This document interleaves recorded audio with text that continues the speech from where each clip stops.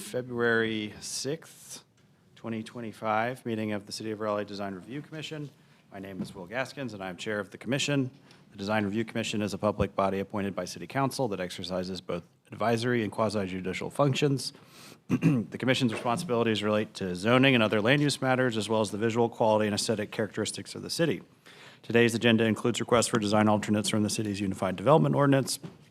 When hearing requests for design alternates, the commission sits as a quasi-judicial body and conducts an evidentiary hearing on the request. That means it is like a court hearing. State law sets specific procedures and rules concerning how this commission must make its decisions. The commission's decisions are constrained by the standards in the city's ordinance and the facts presented at the hearing. The commission hears and considers evidence presented at the hearing and applies the standards set forth in state law and the city's ordinance. The commission must base its decisions upon competent, material, and substantial evidence presented at the hearing. If you'll be speaking as a witness, please focus on the facts and standards, not personal preference or opinion. This meeting is open to the public, and everyone is welcome to watch. However, participation in the evidentiary hearings is limited. Parties have rights to participate fully. Parties may present evidence, call witnesses, and make legal arguments. Witnesses may testify as to facts to which they are competent to testify, so long as those facts relate to the legal standards. In addition, lay witness testimony is limited to facts, not opinions. For certain topics, the commission needs to hear opinion testimony from expert witnesses. These topics include projections about impacts on property values and projections about impacts on traffic safety. Okay, we'll now get into the agenda for today. I believe there are a couple cases that are going to shuffle. So we typically do that first, and then I'll actually pull the approval of the minutes to the front too, just in case we run out of time towards the end of the reading and run out of quorum. So I guess first, looking at the slide here, DA 4 2024 needs to be renoticed for a future meeting. Casey, actually, if you, as well as DA 12 2024, both need to be renoticed for a future meeting. That's right. They've amended their applications and we're renoticing them for the March meeting. Okay, so that's not a continuance that we need to. Correct. Right. And then I believe there's one additional case that is at DA 15 2024. If the applicants here could come forward.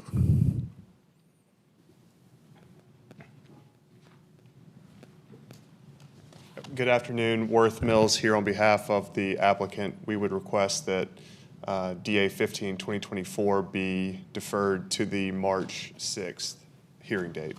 Okay. Thank you. Thank you. Okay.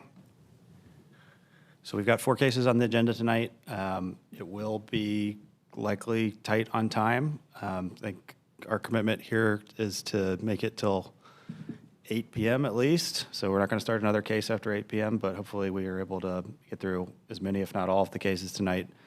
Extra reason to, please, as applicants, expert witnesses, be as concise while making your point as possible, so we can get through it and to the benefit of everyone here tonight and their time. Minutes. We have minutes from the last commission meeting. I'll entertain a motion to accept, amend the minutes. Motion to accept. Second. Okay. There's a motion and second. All those in favor? Aye. Aye. Any opposed? All right, that carries. Thank you. All right, so the first item on the docket is DA 11 2024.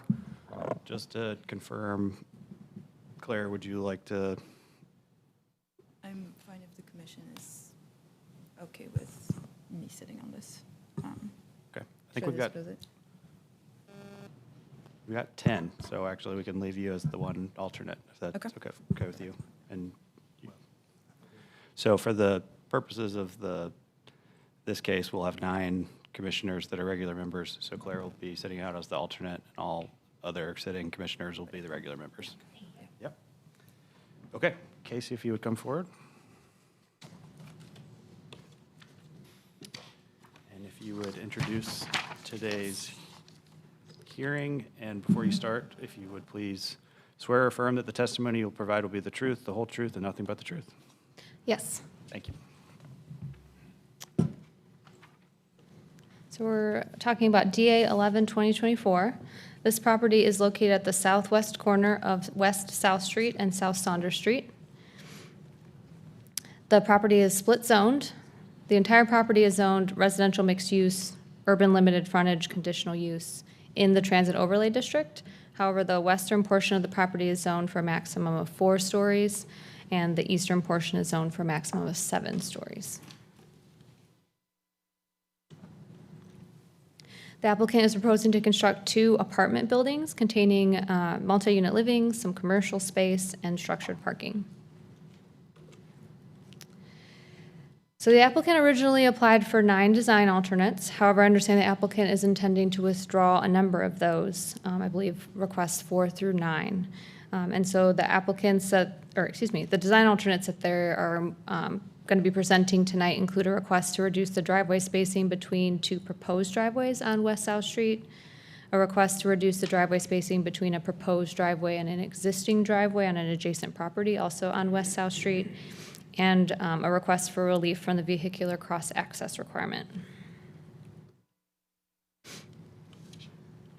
So the city's blocks, lots, and access regulations pertaining to driveway spacing and cross-access are intended to provide a well-connected street network, safe, efficient, and convenient access within and between developments, and to lessen congestion. And these are the 4 findings that would need to be satisfied to grant those 3 remaining design alternates that they are requesting this evening. I'll invite our transportation staff up if they want to share anything before the applicant comes up to give their presentation.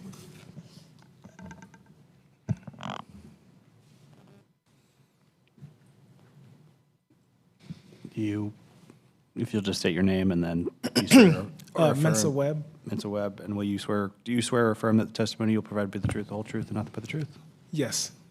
Ultimately, if I'm here representing transportation, if you have any questions for me, just let me know. All right, if the applicant would come forward.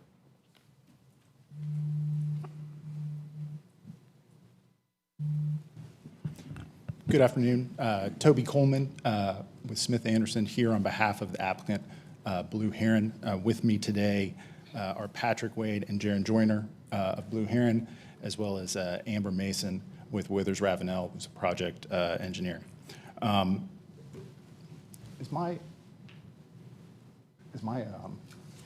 So I have a brief PowerPoint which will pop up, but oh, there we go. Okay. So Amber laid it out pretty well, which is we have 3 requests out of the 9 that are remaining. We were able to work with transportation to resolve most of the others, so hopefully that will at least get you closer to getting out before 8 today. There's 2 of them are actually just a driveway request. We got 2 separate spacing issues, and then a cross-access design alternate that is really driven by the fact that there's a greenway easement running through the middle of the property. So here's a visual of the driveway spacing requests. As you can see, we've got 2 buildings. There's a greenway easement going through the middle there. That's so, one of the ways that we could have solved it, and met spacing is not available to us. In other words, we couldn't do a shared access because of that greenway easement. The first request for 150 feet spacing is between the 2 on-site drives. And then the second request for the 138 foot spacing is between this sort of more western driveway and an adjoining property driveway that's a single family or a duplex. I can't quite recall which. The total frontage along this property is about 440 feet. And so there's really no way to meet the Raleigh Design Manual standards for 150 feet between this intersection here and this drive, which we do meet, and then put 200 feet between this driveway and this driveway, and then put 200 feet between the others. So basically, we're asking for this design alternate just to allow for the proposed spacing, which we tried to make, sort of as provide as much spacing as possible, given the limited frontage along West South Street. Here's the cross-access design alternate. Not much to say here. There's a greenway easement that literally runs through the property, separates the 2 buildings. As a result, they can't put vehicular access crossing between the two buildings. There is pedestrian access, as you might guess, and that's about it. We're available for questions. Okay. Questions? Well, before we get into that, any members of the public that are here to speak tonight on this case? Seeing none. All right, questions from the commission?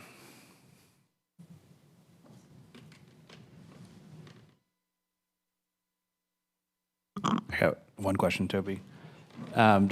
Was it explored to, clump all of the parking in Building A and thereby eliminate the need for this driveway for Building B?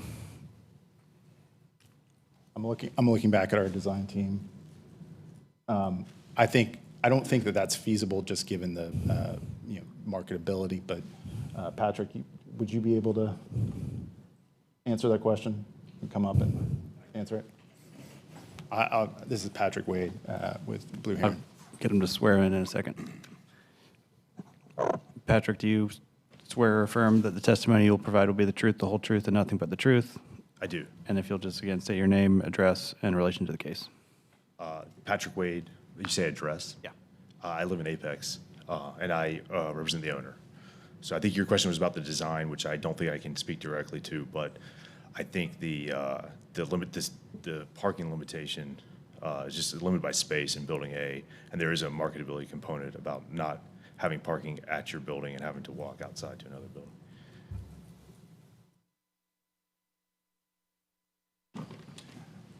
Just to add to what Patrick was saying, so the plan is for Building A to be 7 stories. It's zoned for 7 stories.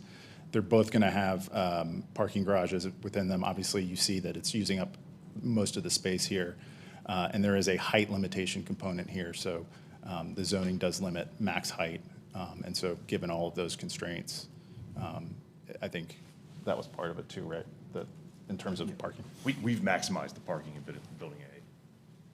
And to best provide parking for all the residents in both buildings, we would need parking on both sides. Okay.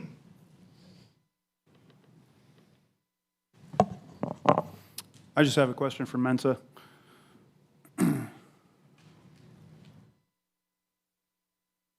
Mensa, if you could just, do you have any concern over the design or the spacing of any of these driveways?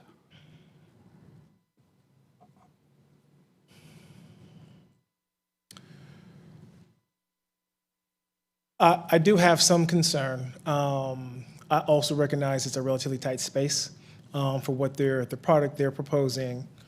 2 separate apartment buildings that will take access each for their parking.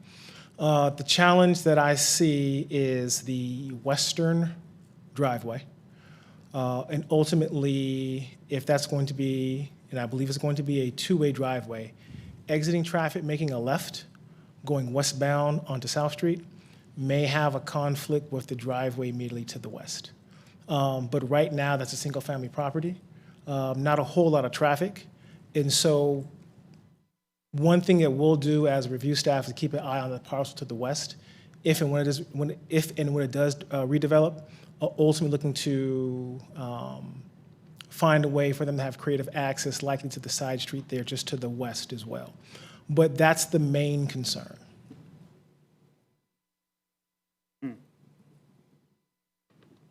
Okay, thanks.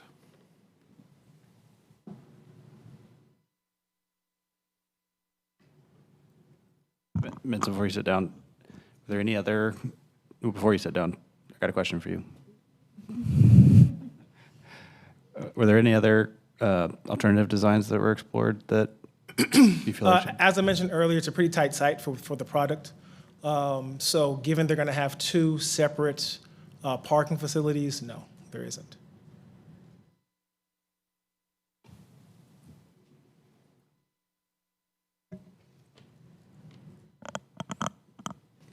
I got 2 more questions for the applicant. One is, you'd run into the same driveway spacing issue, putting both driveway, well, maybe it wouldn't work from a layout perspective, but was it explored putting both Building A entry and exits on Saunders Street? And/or why, why were both chosen to be on South Street? I'll ask Amber Mason to come up with Withers Ravenel to answer that specific question. If you state your name, relation to the case, and address, please. Yes, Amber Mason. I'm at 137 South Wilmington Street. I'm with Withers Ravenel. We're the civil engineer on the project. Hold on, sorry. Do you swear or affirm that the testimony you will provide will be the truth, the whole truth, and nothing but the truth? I do. So there is a driveway. We actually have two entries into the parking garage currently. One is coming off of South Saunders and one is coming off of South Street. Sorry for building A, to be clear. I believe that mostly comes from just an architectural kind of egress component of the garage. Yeah, but we do have one on South Saunders Street. It was kind of deemed that both would be kind of essential to exiting appropriately and just like with egress for the parking garage there. Again, that's kind of an architectural component, so that's a little outside of my exact expertise.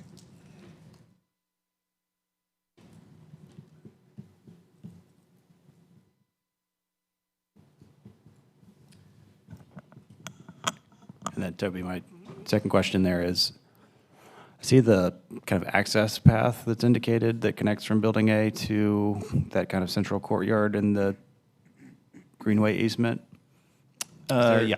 Is there a reason why that sidewalk doesn't wrap all the way around Building A to connect from that central courtyard to South Saunders Street? Talking about this?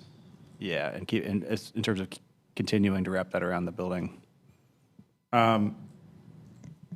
I don't know the answer to that. We are, obviously, that's sort of a design issue that's not part of this design alternate request, so. It's related to cross-access, but Related to cross-access. So we're not asking for relief from the pedestrian cross-access. Right. We're only asking for relief from the vehicular cross-access, and that's because the Greenway easement expressly prohibits vehicular, it limits vehicles within the Greenway to basically like maintenance construction work. And so that's why we're asking for it. The UDO provides a lot of exceptions. It recognizes a lot of things. A Greenway easement running through your property is not seen very frequently, so it's not expressly listed in the UDO. It has not actually, frankly, come up from staff. It was just something we put in just to make sure that everybody was 100% clear that we didn't need to put vehicular cross-access there. I will also note, I guess, two things, just because of the questions. First of all, in terms of driveways on West South Street, both of these buildings will be on two different lots. So I think that's relevant because every lot should be able to have access. And second, in terms of Building A having two entrances, it is a 7-story building. It will have a retail component, so it will have a significant need for access from, frankly, both streets. And there's really not a ton of room, again, because of this 150-foot limit here. There's a limit on where they would be able to put a second entrance. Yeah, I'm trying to find it quickly, but that retail's prioritized on the corner, or is it more Yeah. predominantly on the South Street edge? It's basically this. Okay. And then there's tenant amenities on this side. And there's Like co-working nothing, space and things like that. there's no active ground floor on Building B? No active ground floor in Building B. It's zoned RX, so there's actually the UDO requires that or limits retail use to areas near the intersection of two public streets. Okay. Reason I was asking about the sidewalk is I imagine there will be a lot of people that live in Building B that will be walking around that direction to connect to Dix Park. But Yeah. Understood. And, I mean, honestly, part of the problem here is, and this goes beyond it, but I'll just take a minute. This is the old Rosengarten. This was planned to be the old Rosengarten Greenway. That has since been spiked, right? So there is no plan for this Greenway. one of the things we did, and so instead, there's going to be, actually, it's going to be on the other side, but the big sort of street side greenway is going to be on the east side of South Saunders Street. We're oversizing these sidewalks. They're all going to be 10 feet or more, and to accommodate pedestrian and others. We went to the city and said, hey, it doesn't seem like you guys need this greenway. Can we work with you? And the city said, we don't need this greenway, but someday we might, so we don't want to let it go. And so we've planned around it as best we can. So. I think it's a really interesting feature for your project, but Yeah, understood. no, I think they're as you can see, they're looking to make use of it. It's an interesting feature, but it's also an interesting challenge, is No my doubt. guess. Any other questions from the commission? Okay. Anything further from the applicant? Can Or, you go ahead, recap Dave. what the vehicle conflict is? It was left out of building B, and what was transportation Mensa's concern? Do you want me to recap what Mensa said, or you want Mensa to come up? Oh, yeah, sorry. Back to Mensa. Can you recap what the vehicle conflict it was the left out of building B headed towards Florence? Based on spacing, yes.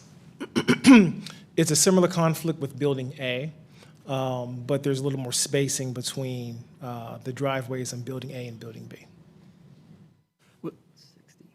You may not be able to answer this, but would it be fair to say that the concern about distance from the intersection is a greater safety concern than the driveway spacing? I mean, because that's the one they've met, right?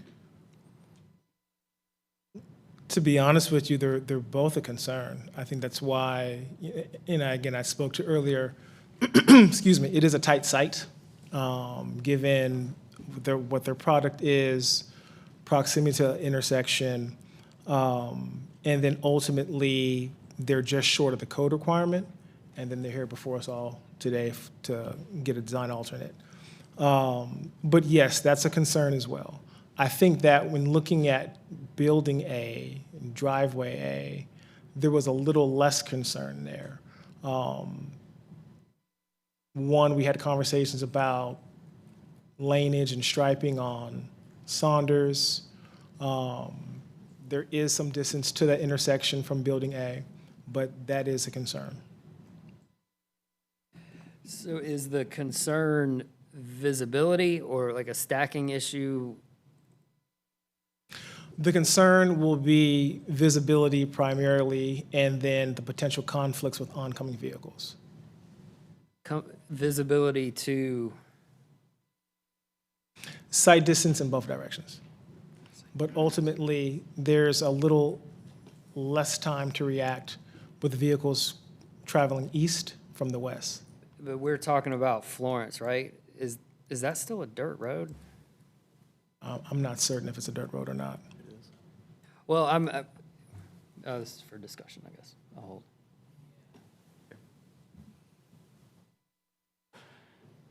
Any other questions? Anything further from the applicant? Not? Hearing no additional questions or presentation of relevant facts, the commission will now close the hearing and bring the matter to the table. As a reminder, this commission is tasked with deciding if, based on the evidence presented, this proposal meets applicable standards. This decision cannot be based on the personal preference of commission members. Rather, it is based on standards and evidence. If, based on its deliberations, the commission requires additional evidence, the commission will reopen the hearing. All right. So someone, Dave, do you want to kick us off? Yeah, I understand all those concerns, but think the location being nearly in Boylan Heights at this point and the cross street in Florence, which is partially dirt, just the volume of traffic. Sorry. Thanks. The Florence is the cross street, and the volume of traffic in that single-family neighborhood makes me less concerned about the Building B exit. Building A exit is close to the standard, so in general, I'm comfortable. Any other thoughts from the commission, Saravia? I have I mean, I understand like the spacing between both driveways on South Street are less than ideal, but I'm wondering if we, if there was any chance of like the Building A driveway to be moved further away from the intersection, the main intersection, if that was thought through, because at least that will avoid the main intersection issue. It'll be between the two driveways. But they comply with the distance between the main intersection and that first driveway into Building A, right? That's 150 feet, isn't that supposed to be 200 feet? 150 from the corner and 200 from each other. Oh, okay. Yeah, I Sorry, think yeah. that driveway complies. That's why it's placed over there. Okay, that makes sense, yeah. Mm.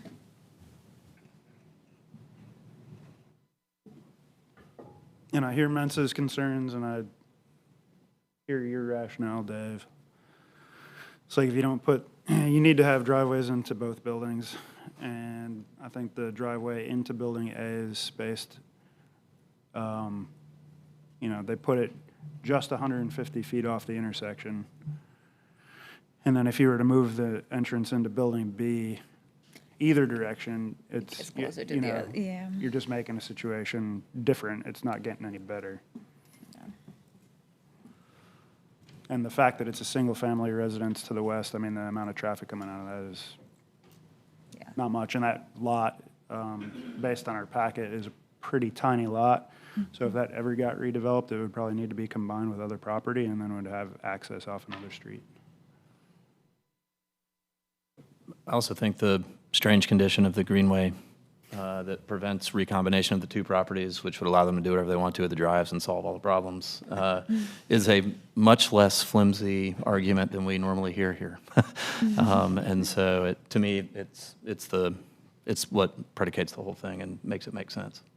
And without hearing significant concerns from Mensa, it feels okay. No doubt. I think the cross-access design alternate is pretty straightforward. It's a pretty unusual Yeah, that one's, condition. yeah. I do think there could be some utility to what I was mentioning there as far as, pedestrian cross-access there, but I know that's outside the scope of this. And then I think the driveway spacing is largely fine. Not out of the realm of what we see in a downtown context of Yeah. conflicts like this. I think it's the right call to prioritize the retail on South Street. I do wish the driveways weren't so close to that courtyard from a just feel of it, but it is what it is.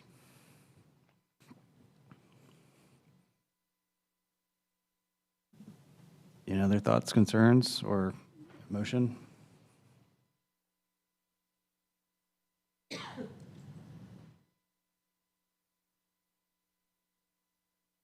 I can make the motion. I can make the motion to move forward with the design alternatives. As stated. So Yeah. there's a motion to approve the 3 design alternates as presented. Is there a second? Second? Seconded by Commissioner Griffith. All those in favor? Aye. Aye. Any opposed? Seeing none. Okay.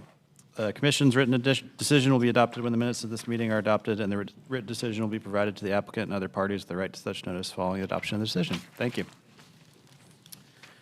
Okay, a little bit of shuffling before this next case. The next case is the amphitheater, correct? Yes. So last time Brooke and I recused ourselves, so we'll again, I'll move that we be recused again. We'll vote as a commission on that. But then additionally to that, I'm going to ask Commissioner Roberts, as a former chair, to step in and chair in my absence because Matt just took over last time. So, and he's cool with that. But we'll have we'll have 8 commissioners acting in this. Is Kyle coming in? Kyle's coming in, yeah. So we got the full set of 9, and then because it's a continuance, just a note that the folks who were already under oath just need to confirm that they're still under oath from the previous hearing. They don't need to be resworn in unless they're new. Got it. Okay, so I'll move for Brooke and myself to be recused again for reasons previously stated. And if someone would second that motion, I'll second it. I'll second. all those in favor? Aye. Aye. Any opposed? All right, floor is yours. Thanks, Commissioner Gaskins. All right, we will now open the evidentiary hearing for item DA-13-2024 on today's agenda. Casey Evans will introduce the hearing.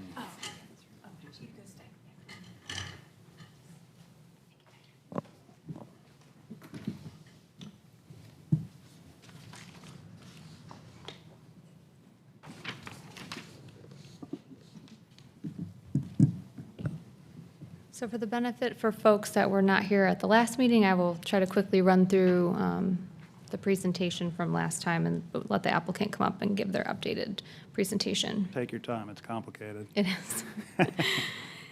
is. So again, the subject property is located at the southwest corner of West Lenoir Street and South McDowell Street. This property also has split zoning, with the northern portion zoned downtown mixed use, 20 stories with the urban general frontage, and the south portion zoned downtown mixed use, 20 stories. So again, the north portion has the urban general frontage and the south portion does not. The applicant is proposing to construct an outdoor amphitheater with approximately 6,100 seats. And as you noted, this case was discussed at the January 2nd Design Review Commission meeting, and at that meeting, the commission voted to approve design alternate requests 11, 12, and 13 pertaining to driveway spacing and the requirements for forward motion in and out of the right-of-way. And the commission continued the remainder of the design alternate requests to this evening.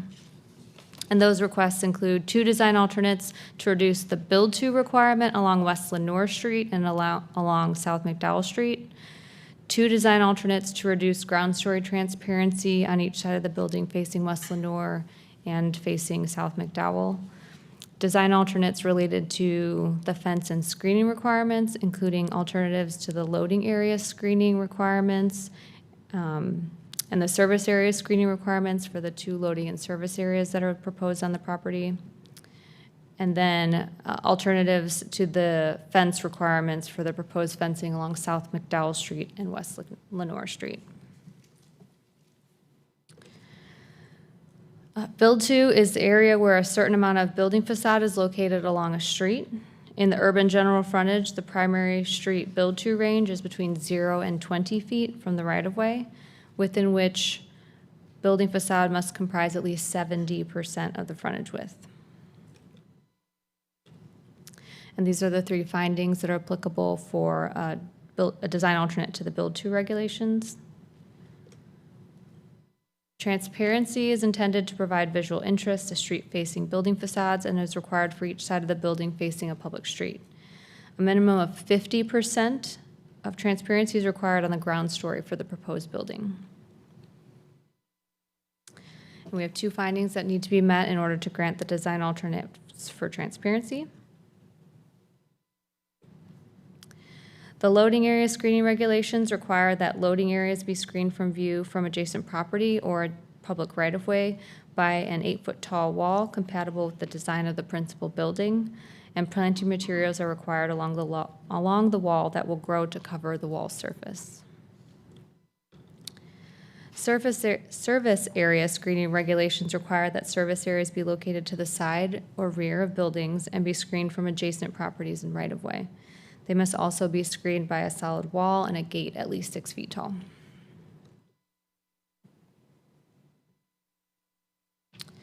Along West Lenoir Street, the UDO limits the height of a fence to a maximum of 6.5 feet, provided the fence area above 4 feet in height is at least 50% open. And then along South McDowell Street, the UDO requires a fence to be less than 42 inches tall or be located at least 15 feet from the right-of-way and have evergreen plantings in front of it. And these are the 4 findings for our landscaping and screening design alternates that need to be met for the loading area, service area screening, and the fence design alternates. So that's a quick rundown of the UDO requirements, and I will hand it off to the applicant to give their updated presentation. Thanks, Casey. So if the applicant will now please present the evidence and legal arguments in support of the request. And as a reminder, any evidence and argument must focus on applicable standards. So thank you very much to the Design Review Commission for being here. Thank you so much for the comments that were provided by this commission to our project team in the January hearing. We had a lengthy hearing in January where we presented evidence about how each of the findings, the required findings for these design alternates were met. However, I think the Design Review Commission in January really zeroed in on several of these findings where they seemed to want more information and more elaboration. And those were relating to the intent of some of these regulations as well as the visual interest provided. It seems like in January, the Design Review Commission really focused in on the external street-level views of the amphitheater from West McDowell Street and on West Lenore Street. So for this hearing, And if you could just state your name in relation to the I case. apologize. Yeah. My name is Keenan Condor, and I'm Associate City Attorney here in the City of Raleigh, with the address being One Exchange Plaza. Thanks. So thank you about that.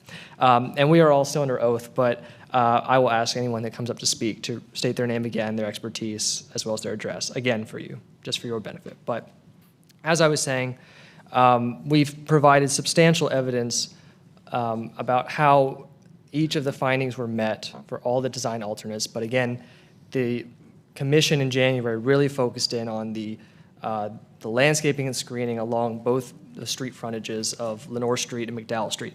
So for today's presentation, we want to focus on the updates that we've made, utilizing the feedback from the Design Review Commission. Focus on that to show how we've improved our project since then. However, because I know we do have a different board composition today, we can rehash some of these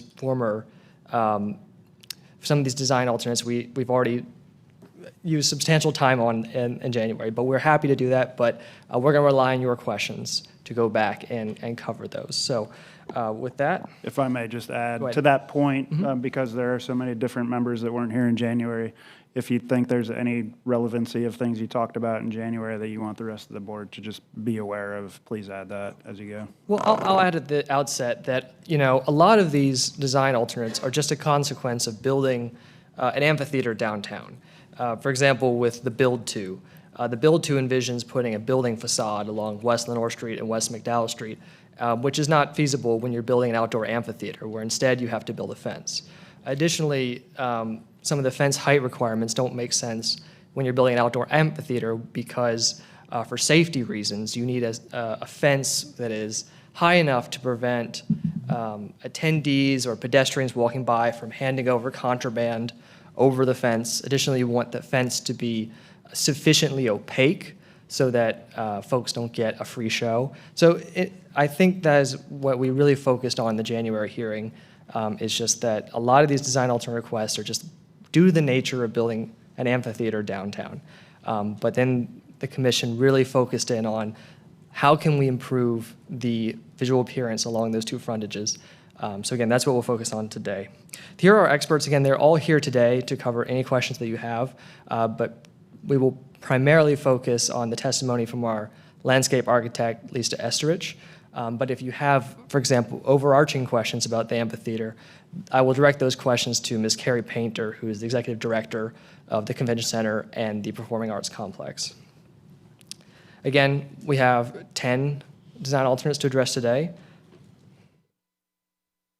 And here is where they apply to our site plan. So we have loading area screening, service area screenings for our two loading and service areas, one on the stub of South Street, which has already been closed, and then one on West Lenore Street on the north part of that site plan. We have the Build 2 and the fence along both West Lenore Street and McDowell Street, as well as transparency that applies to the building facade on West Lenore Street and McDowell Street. And this is important to understand the greater context of this project. This project is a part of what the city of Raleigh hopes to create, which is an entertainment district. The old Red Hat Amphitheater was meant to be a temporary use to utilize underutilized property, but it was always meant to be redeveloped with the expanded convention center. And now that that the convention center has done so well that it is time to expand. It's now time to find a permanent home for what was a very successful temporary use, the Red Hat Amphitheater. So it's being moved across the street to take advantage of underutilized land again, as we did with the first time, but also keep the amphitheater in a neighborhood that has already benefited so greatly from the economic benefits of being near an amphitheater that draws in folks from around the triangle to go to shows as well as patronize local businesses. So by moving it across the street, we hope to maintain the benefits of Red Hat. But now that we are moving across the street, we're able to build a more permanent development. Again, the former amphitheater was a temporary use, and now we're building a permanent amphitheater that is well-designed, that is meant to stand the test of time, that has permanent bathrooms, is well-designed to accommodate sound and lighting. It's going to be a better project overall. And the third part of this new entertainment district is the Omni Hotel, which is that blank white square there. And that hotel is going to serve the expanded convention center as well as the amphitheater. This is the three-legged stool of this project that is really hoping to energize this area of downtown, as well as energize downtown generally during a period where we've seen declining increasing office vacancy rates, and so the importance of these tourists coming to downtown is even made greater. So before I call up Lisa, I think we'd like to utilize a video, if we can, to show you an evocative image of what the amphitheater we expect will look like. So I will not speak for a moment.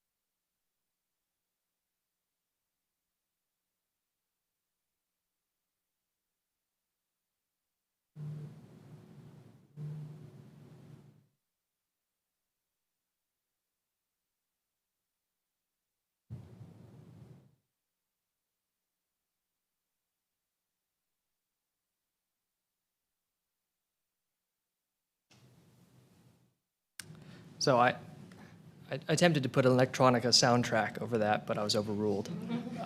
But we can replay that without the soundtrack later on if we have any further questions. But Lisa, our landscape architect, will be able to describe each of those frontages with greater detail. But here is just an overview of some of the changes we've made since January. We have 9 significant changes, all addressing both the visual interest around those 2 frontages as well as some on the South Street loading and service area. But again, trying to increase to the maximal possibility greenery as well as a more interesting just development externally. So again, I'll call upon Lisa to go over some of the changes that we've made. After that, if you have any questions, we can go through your questions you have for Lisa, as well as questions you have about all the design alternates that we hope to get approved tonight. So thank you, and here's Lisa. Good evening. Hi, Lisa. If you could just state your name in relation to the case and confirm that you're still under oath. Absolutely. Thanks. So I'm Lisa Estrich. I'm a landscape architect with Ratio. I've been the lead landscape architect on the design of the Red Hat Amphitheater from the inception of the project. And I realize I am still under oath.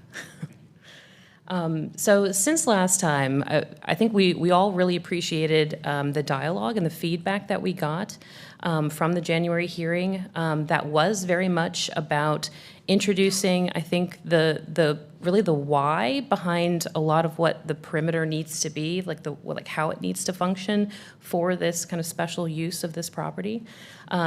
So we still have the same kind of essential ask relative to the fence types that we talked about then. We have the more kind of opaque fencing along McDowell and along Lenore.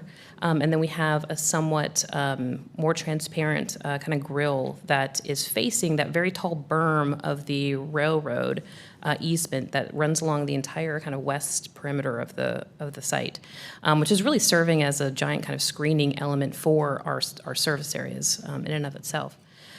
So I think what I really appreciated was that, you know, we came to you really with a kind of zoned in vision of what the fence itself might be doing. And I think a lot of the feedback that we heard was really relative to what is the experience going to be. So we went back and just rethought, and we have changed direction a little bit as far as last time. We were adding this visual interest to the fence, and we wanted to think a little more broadly. I think really challenged by you all is what is that entire composition of what that streetscape experience would be. And so that's what we were responding to. Those are the things that you're seeing on the screen, those added enhancements that we did have to go have some dialogue with some of the departments, you know, within the city to see if we could kind of push a little bit and kind of make some of these things happen, especially relative to some of the green space that we're, you know, wanting to incorporate into the streetscapes. But we are doing that in a number of different ways. So the fencing, we don't have the same kind of application to it, but we have all these added enhancements in lieu of that application. So still wanting that vibrancy in the design features to be at those main gate entries in the kind of northwest entry off of Lenore and the southeast entry off of McDowell. But then all along the streetscape itself, we're adding things like bollards, benches. We have been able to find and claim green space in the southeast corner, expand upon green space all along the east side of the McDowell frontage, have some on the corner along with a new signage element, and then we have been able to incorporate some GSI planted areas kind of along Lenore, as well as a new vine planting along Lenore as well. So you may have seen them very quickly in the video itself. So we do have a couple of screenshots, and the video it did start kind of in the south east corner of the property. You know, when you're kind of coming under that bridge, arriving to really the south side of the city, and then starting to kind of climb that grade, that hillside, moving towards South Street. So this is just a view that shows our required streetscape condition as far as, you know, having a tree planting, having a certain width of sidewalk. We do have this triangular area that is sloping up to our building that we intend on planting that fully. So we have a whole kind of sloped planting along there. When you get to the gates on McDowell, it is, the fence type is that kind of more open grill, but we are not only incorporating a new kind of framework structure that has a canopy over it that will host some signage, and signage is kind of separate. It will be go through a separate approval process as to what that signage is. We wanted to represent, just so you get the idea of, you know, the needing to have some kind of a wayfinding element through signage, but that will be a separate approval process. But there will be canopy, kind of covered canopy right at your gate entries. And then we're also proposing that we have a fabric scrim that has a graphic to it, and that is incorporated, and that is what you're seeing in the kind of whoa. Wow, I don't know why that's. All Are you seeing my arrow? Yeah. In those fence panels. And those are intended to be permanent in as much as they will need to be replaced if they, if they deteriorate, they need to be replaced. But it gives an opportunity to incorporate a graphic, a visual interest, some color. We are also proposing having a change in the pavement type at that kind of arrival apron to those gateways, and that would be through a different kind of scoring and colored concrete, just to give it a little bit more of a kind of an arrival carpet. And then moving along that facade, we have a ticket booth, and then we are also incorporating some level of seating elements. So we have benches on the north and the south side of this new planted area. That planted area along McDowell gives us a width to be able to have columnar trees as well as an understory of some woody material. And I have some examples of the plant species that we're proposing to use there. As we get towards the intersection of Lenore and McDowell, you're really starting to get a sense of what the vision for this area is. And it's, creating this vibrant entertainment district. And so you're looking ahead, this is the existing convention center, new connection to what will be the future convention center. And so along the streetscape, we have incorporated columns that are a change in material along the fence. So you see just the edge of a column here. Again, some new pedestrian seating and some bike facilities. And then on the corner itself, we have, again, some additional planting. We have a concept for I'll say a sculptural signage element, which again, I think is outside of the scope of what we're looking for approvals for today, is just to give you an idea of what that complete composition would be. And the intention is that there would be a screen on here that would be broadcasting kind of past events. So you can be seeing some of the concerts that have occurred here. There was a lot of dialogue about what the views would be of the architecture from around the city. So this is a view from that new kind of sky bridge connection that would be going over to the expanded convention center. So just being able to, have different kind of views from different points of interest. This is from a new terrace that is proposed on the expanded convention center site. So just looking down at the kind of the stepping fence, and gives you a good view of these columns that we're now proposing along Lenore and along McDowell. And then a little snapshot of our ability to now incorporate those GSI plantings.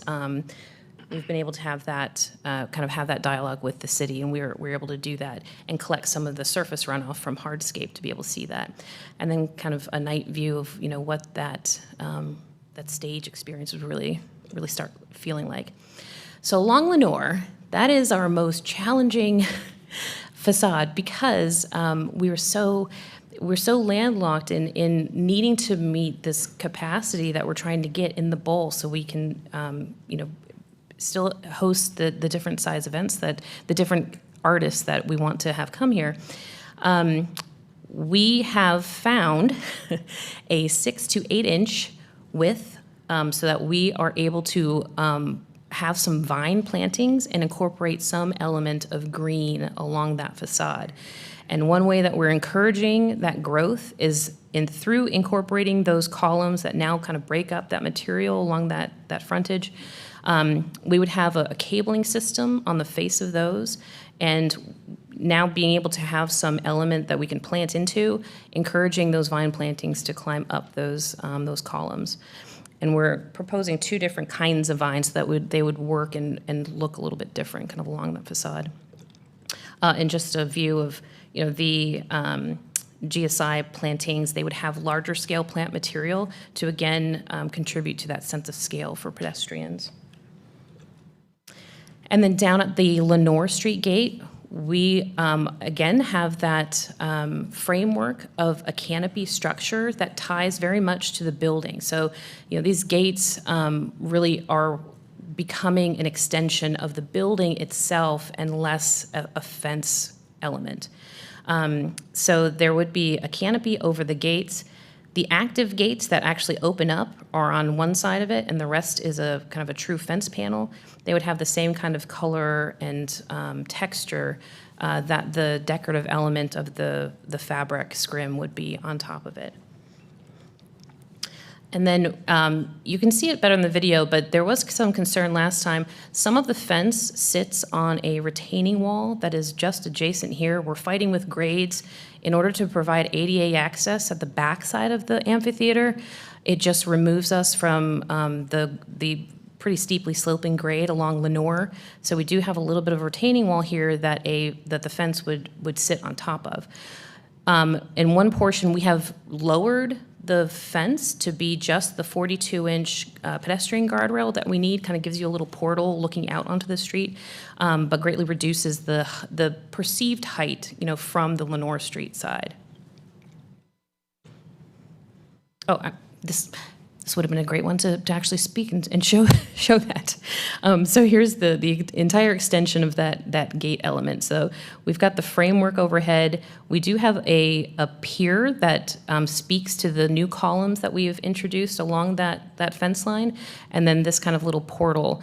Because of that retaining wall, we have a 6-foot fence on top of that, with this kind of little notion of almost a transom, so that it's uniting and it's creating that kind of visual alignment with the fencing that follows up Lenore, without being that kind of solid, adding more height on that side.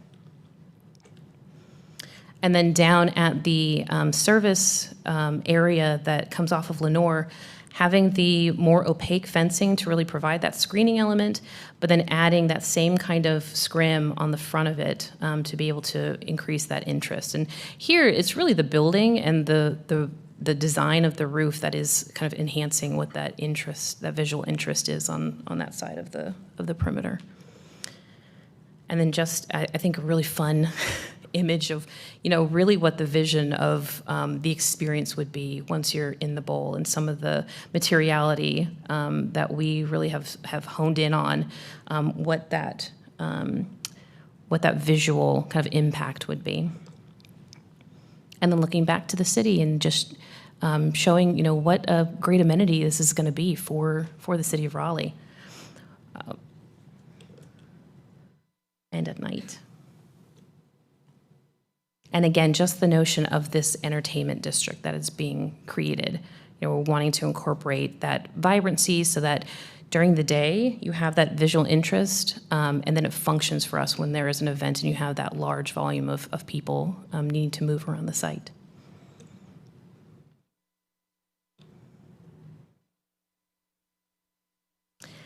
And then the last area that we'll specifically talk about is that screening element at the South Street loading area.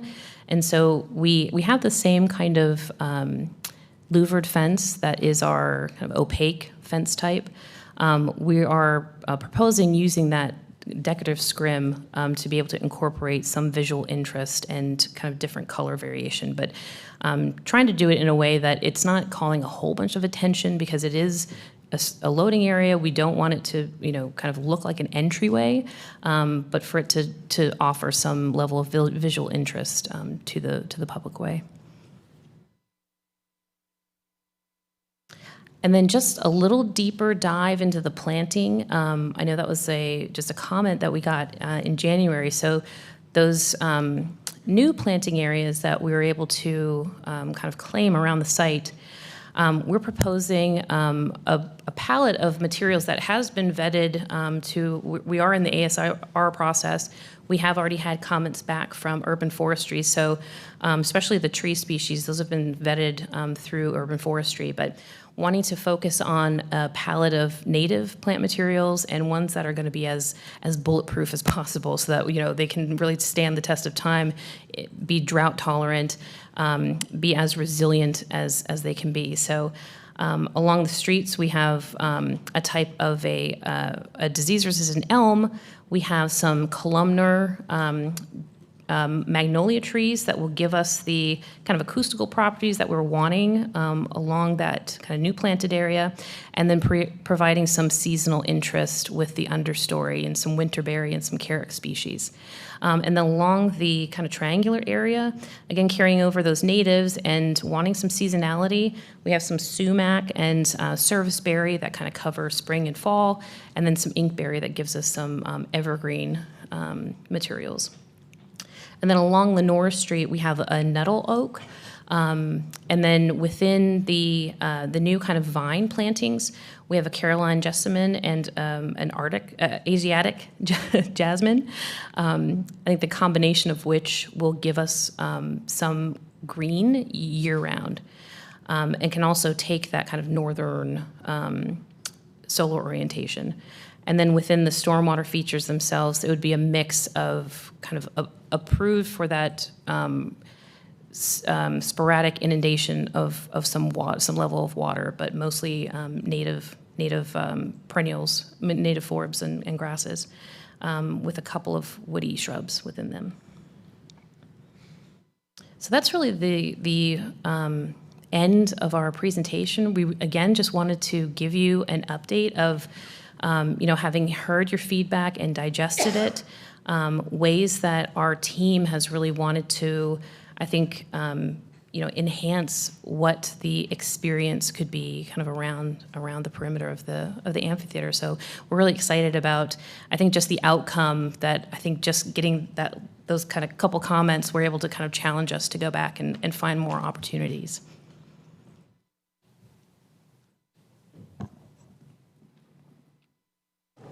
So again, thank you to the Design Review Commission. If you have any questions for Lisa related to anything that we've presented today, again, we have focused on the landscaping and screening design alternates today, since those were the ones that we received the most feedback on in January. But we can also address some of these other design alternates, the ones that were really handled in depth in that previous meeting. We can call up our civil engineer or our team architect to talk about those as well. So hand it over to the Design Review Commission to let us know if there's any questions you have or how you want to take the hearing from here. All right, thanks. I think we'll hold questions just for 1 second. Are there any individuals of the public that are here to speak on behalf of this case? All right, hearing none. So yes, let's turn it over. Are there any questions from the commission for the applicant? Yeah, go ahead. I know Urban Forestry weighed in. Has anyone else weighed in on maintainability of this landscape? I'm thinking particularly the vine stuff. We have met with Parks and Rec because they are the ones who currently maintain the existing plant material at the convention center, so they are a part of that dialogue. We will have kind of final approval from them on any plant material that we're going to plant here. All right, and then second question, are the fence panels color and pattern accurate to what's intended? They are. I think the color is an intended color. Obviously, it may change a little bit in tone, but our intention is that the posts are going to be a little bit darker than the panels. But the scale of the kind of louvers and the tone in which it's represented is what our intention is what we're capturing. Okay. Dave, I'm going to rely on you, but maybe this is a question for Lisa. You mentioned columnar magnolias. Like, how wide do all of those trees that you've proposed along that planting area get? They get, width is probably ultimately about 15 feet wide, 12, in a tighter planted area, they may not get as wide as if they were in the middle of a lawn area. But I don't see an issue with having that and basically have the width of what they would be next to the fence and the streetscape, because we're not wanting it to get too overgrown kind of where people are walking. And then can you, I thinking about the sidewalks both on McDowell and Lenore, can you talk a little bit about what is the width now, kind of at their narrowest point between like the planters, and then what's the widest point where you In the got it all the proposal? way out to the curb? Yeah. Well, the narrowest, we are required to have 16 feet. And the places that we have a tree planting in a tree grate, then the space behind the tree grate is a 10-foot walkway because we're required to have a 6-foot tree planting. So 16 feet is overall in some places. Where there's a tree grate, then the width of the sidewalk is a minimum of 10 feet. Okay, and that's on McDowell. What about Lenore? That's both of them. That's on Lenore too? Yep. Okay. And then what's the width of that planting along the fence on McDowell? It's about 8 feet, a little bit more in one place because the edge of the perimeter kind of splays out a little bit. Okay. A different area of the site plan, but the kind of backside on the southwest side of the railroad, where the service access is. I noticed in the packet, you plan to have tractor trailers turn around on the larger vacant space down there. Could you just say more about that landscape, that space, what we can expect to see there? So I can have Lisa talk about the landscape, but I do just want to point out that the turn radius and everything related to that were approved at the last hearing. Okay. So prefacing it with that. Well, I think my question is more, the image you showed back there was a very targeted, let's just look at the gate, but I'm just really curious about that whole landscape back there. If Yeah, that's fair, appropriate. because I mean, any request for the gates could be offset by landscape. I'm just getting back to a site plan. Whoa, there we go. Right now, we don't have proposed planting adjacent to the gate. I think because we do have some existing planting, the toe of the berm is basically kind of on that edge of existing planting. So we're taking advantage of that, which is already creating some element of screening, kind of as we're tucking in the new service area. And then on the fence is north facing on Lenore. You expect the two varieties of jasmine to thrive in that condition? I think because I think we need something that I think plantings that are tall, they like sun. There are some that are tolerant of shade, and I think they're still going to get some level of sunlight. And we're incorporating irrigation to be able to, give them as much resiliency as possible. But yes, I believe that because of the kind of evergreen nature that the jasmine has in our climate, I think it's a good choice to be as robust as possible. Okay. I'm not a landscape architect, I'm only an architect. But yeah, in my experience, it usually won't flower in a north-facing condition. And sometimes something like a creeping fig is much more happy. Yeah. So you might consider that. A couple other things, and this may get more into architecture. I think one of the things, someone mentioned it's an unusual condition because we're putting an amphitheater in downtown and it's not a building, right? So I don't know if this opens this up to all kinds of other questions.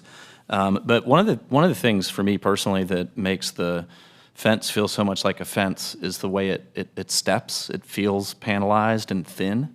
And I wonder if any consideration's been given to another alternative that might make it feel more a part of the solid building features that kind of wrap the stage.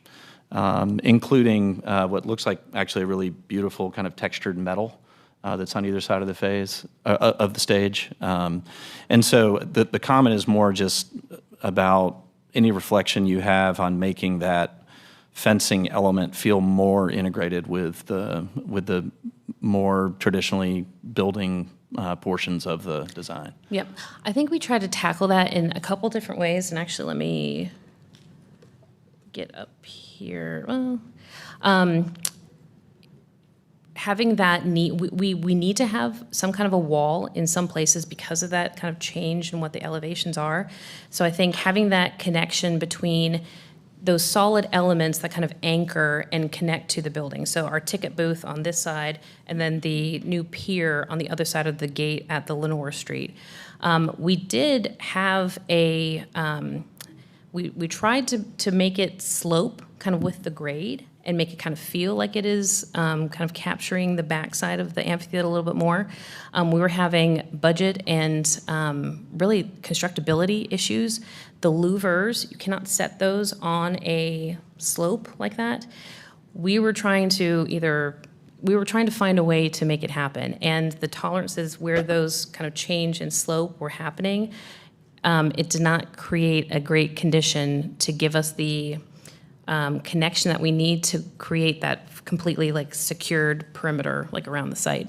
So some other ways that we tried to incorporate the piers, the new piers that we have, and the material of the wall that a lot of the fence would be sitting on, so that it has that connection back to the material of what the architecture would be.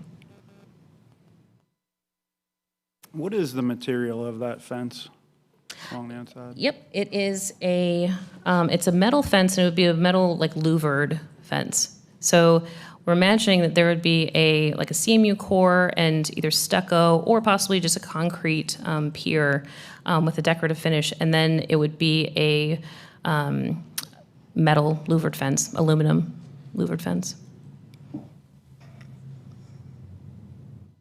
Actually, along Lenore, it probably shows.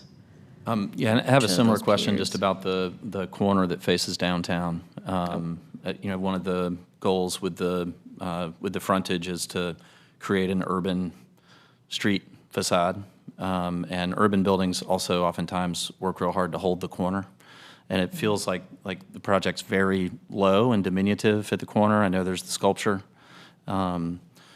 Off the record, hope it's not Hans doing this, but that's just a personal opinion.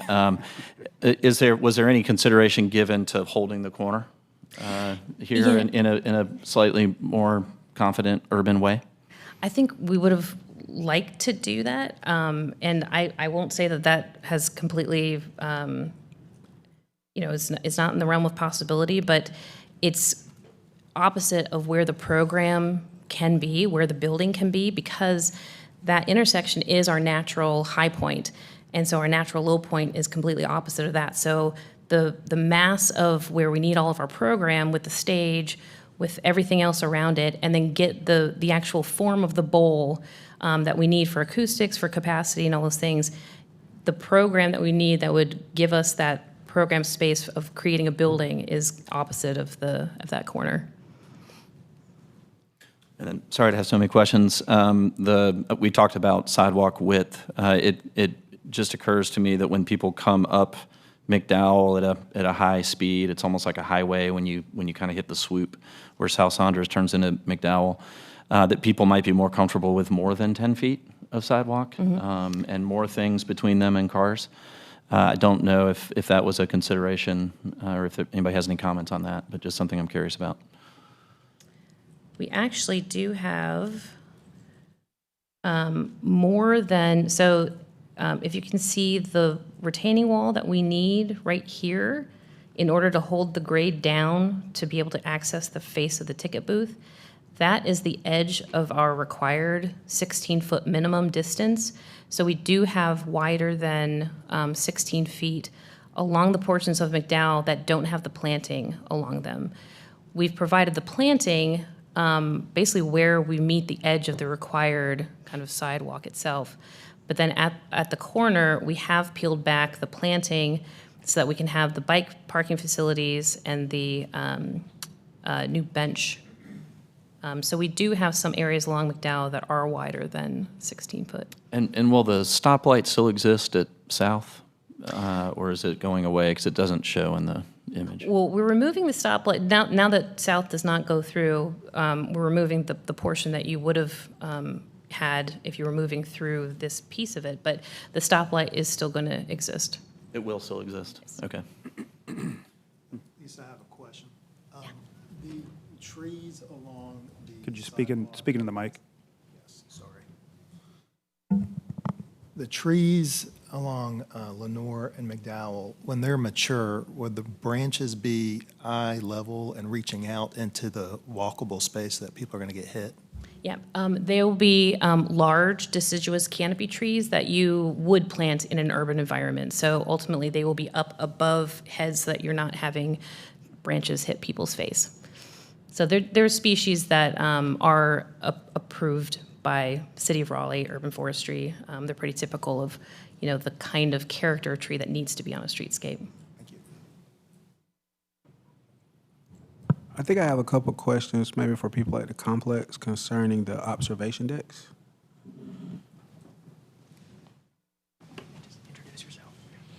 Good afternoon, Carrie Painter. I'm the Executive Director of the Raleigh Convention and Performing Arts Complex. If you could confirm you're still under oath. I am still under oath, sorry, yes. Will that kind of terrace and maybe observation deck be open to the public? No. It's part of it's an extension out of what we would call flex space, you might call a ballroom. It's part of coming out from the event space, so it is rented to somebody. If there was nothing in there and the building happened to be open to a public show, perhaps people could come through there, depending what's in that room. What about maybe that connector? Would that be open to the public? If the buildings are open, yes. Okay, thank you. You're welcome. I have a follow-up question for Lisa. Sorry, call you back.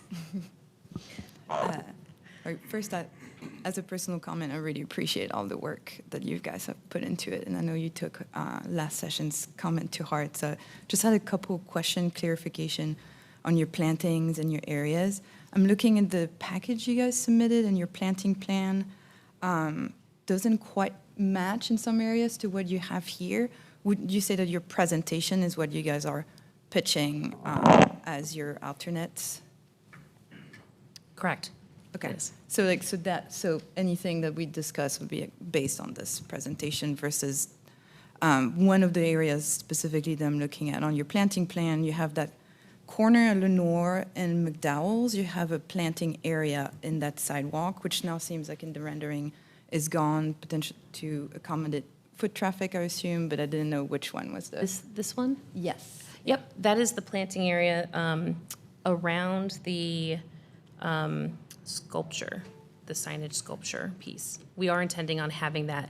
We're intending on having a kind of a raised curb, if I can get back to it. There we go. Yes, this one. Yes, So this is our intention, is to have a curb come out and then basically kind of meet the curb that the fence sits on, and then to have planting be surrounding that signage piece. So in your planting plan, you also have plantings at the edge of the curb, if that makes sense. So I was just wanting to make sure which one was accurate. So if you're looking at your half circle in the planting plan, you have... Right here. Yes, or Yep. Move your cursor to the right towards, here, I'll just... You have it right here. Oh, yeah. We are not intending on having planting at that corner. Okay, just trying to get an understanding of what you're... Okay. And I just want to add on that point. So there's been a couple, we've made a lot of changes as a result of the comments from January. So there are some materials that need to be, they're a little bit out of date, such as what was said in the application. At one point, it was considered that the entire entire fence would be a scrim. And then what we presented in January was, it was going to be a fence with these artistic accents that were somewhat polarizing.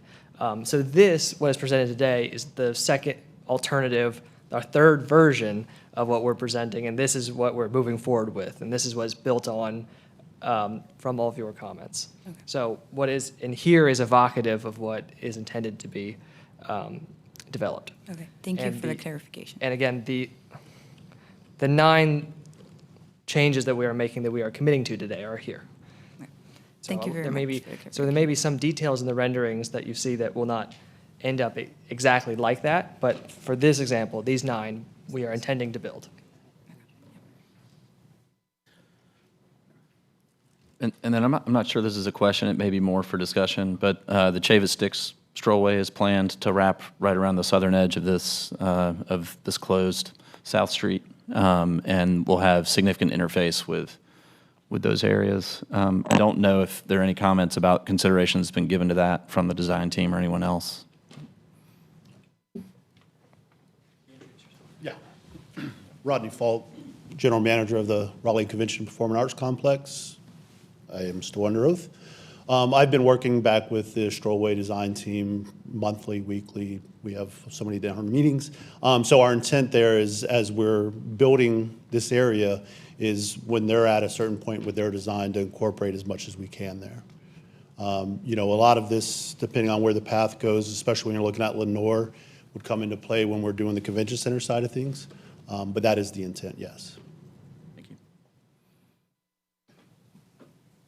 What, oh, I wasn't here for January. What artistic elements were presented that were, I forget what the word was, controversial or polarizing? So if I can, I have the former PowerPoint from January at the end of our slideshow. So other commissioners can say what they believe, but I can show what was previously presented. Oh, well. Sorry, wait. Okay.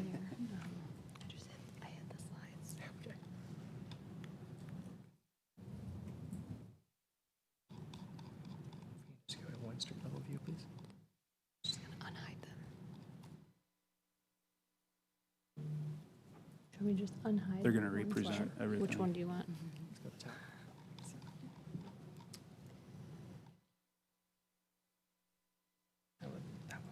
This one? Yeah. Actually, sorry, the one up above shows the fence.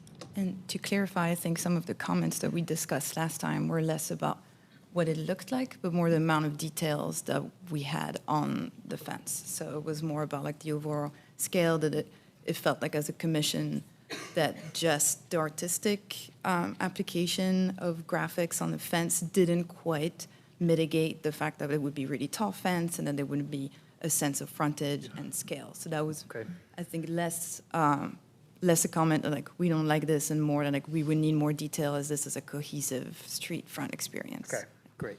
So this is what was imagined previously, but this has made way to incorporate more green space and more vertical greenery just along both frontages. That answers the question.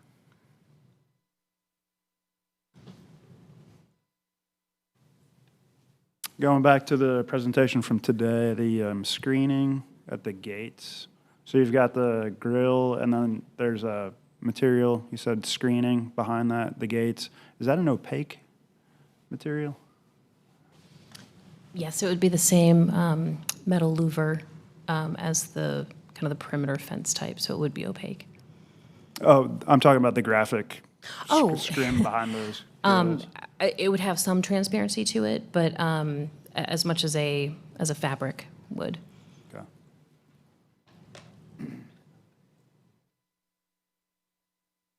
I have a couple of general comments or questions about your plant selections to follow up on some of Matt's, and they're not necessarily, tied to the alternate, and more just general comments in terms of maintenance. And seeing jasmine, I think, is like a good spec for that area. The maintenance one on some of these plants may be the thing worth to talk about with Parks and Rec in terms of having to actually support the vine and train it. Do you think it'll have enough ambient light to flower in those conditions? And you addressed irrigation, which would be maybe my main concern about some of your plant species, is like they're water hungry. Winterberry performs really well, and they call this swamp jasmine as well. So irrigation will be key. A few other, the star jasmine could also be a good one to mix in here because it's pretty drought tolerant. And then there's just a few, in my experience, maintenance concern about some of the inkberry or the staghorn, the sumac, which will form to spread thickets, and the inkberry needs to be sheared back to maintain an appropriate look for city. But overall, those are just non-binding comments that I just wanted to share. Yeah, understand. And the inkberry will be the dwarf variety. The dwarf variety, which is great. And then for the winterberry, you do need the two different Yes, strains. the male in order. pollinator. Yeah. Always do. Jim Dandy. Yeah. Yep. And then I guess my only last one was for the columnar magnolias. You said your planting plane is 8 feet planting space? 8 feet. Yeah. Okay, yeah, so I would probably consider species that like, will mature at 10 feet. I know it doesn't respond any great to shearing. Well, So. and I need to go back and look at my kilometer because there may be a small, slightly smaller, more compact, because the southern man, it just works so well in like what we want it to do, but there may be an even more kind of tighter, compact version Those of are it. just general maintenance. I appreciate it. Comments. Yeah. That's all I had, I think.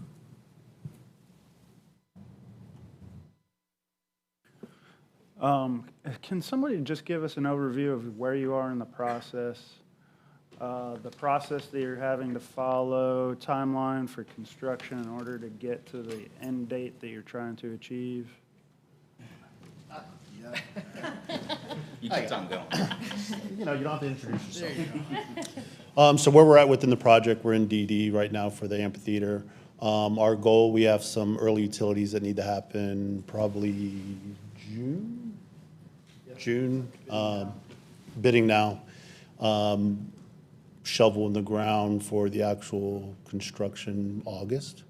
Our goal is to have the amphitheater open for the start of our 2027 season, which would be April of 2027. We would complete, obviously, we just completed the rink. We'll complete the 25 season at the current amphitheater, have another season of the rink, 26 season. When that season's over at the end of October, the project should be in a good spot for the new development. We'll start tearing down that for the convention center expansion with the intent of starting the season in April of 27 at the new amphitheater. Okay. And I heard you're in the middle of ASR right now, is that correct? You got to introduce yourself, Tim. Tim Carter, Kimley Horn, engineer of record. I am still under oath.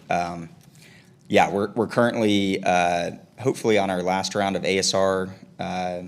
Need this approval along with the special use permit approval, and then getting ASR approval and moving into SPR, with hopefully getting SPR approval in the next 2 months.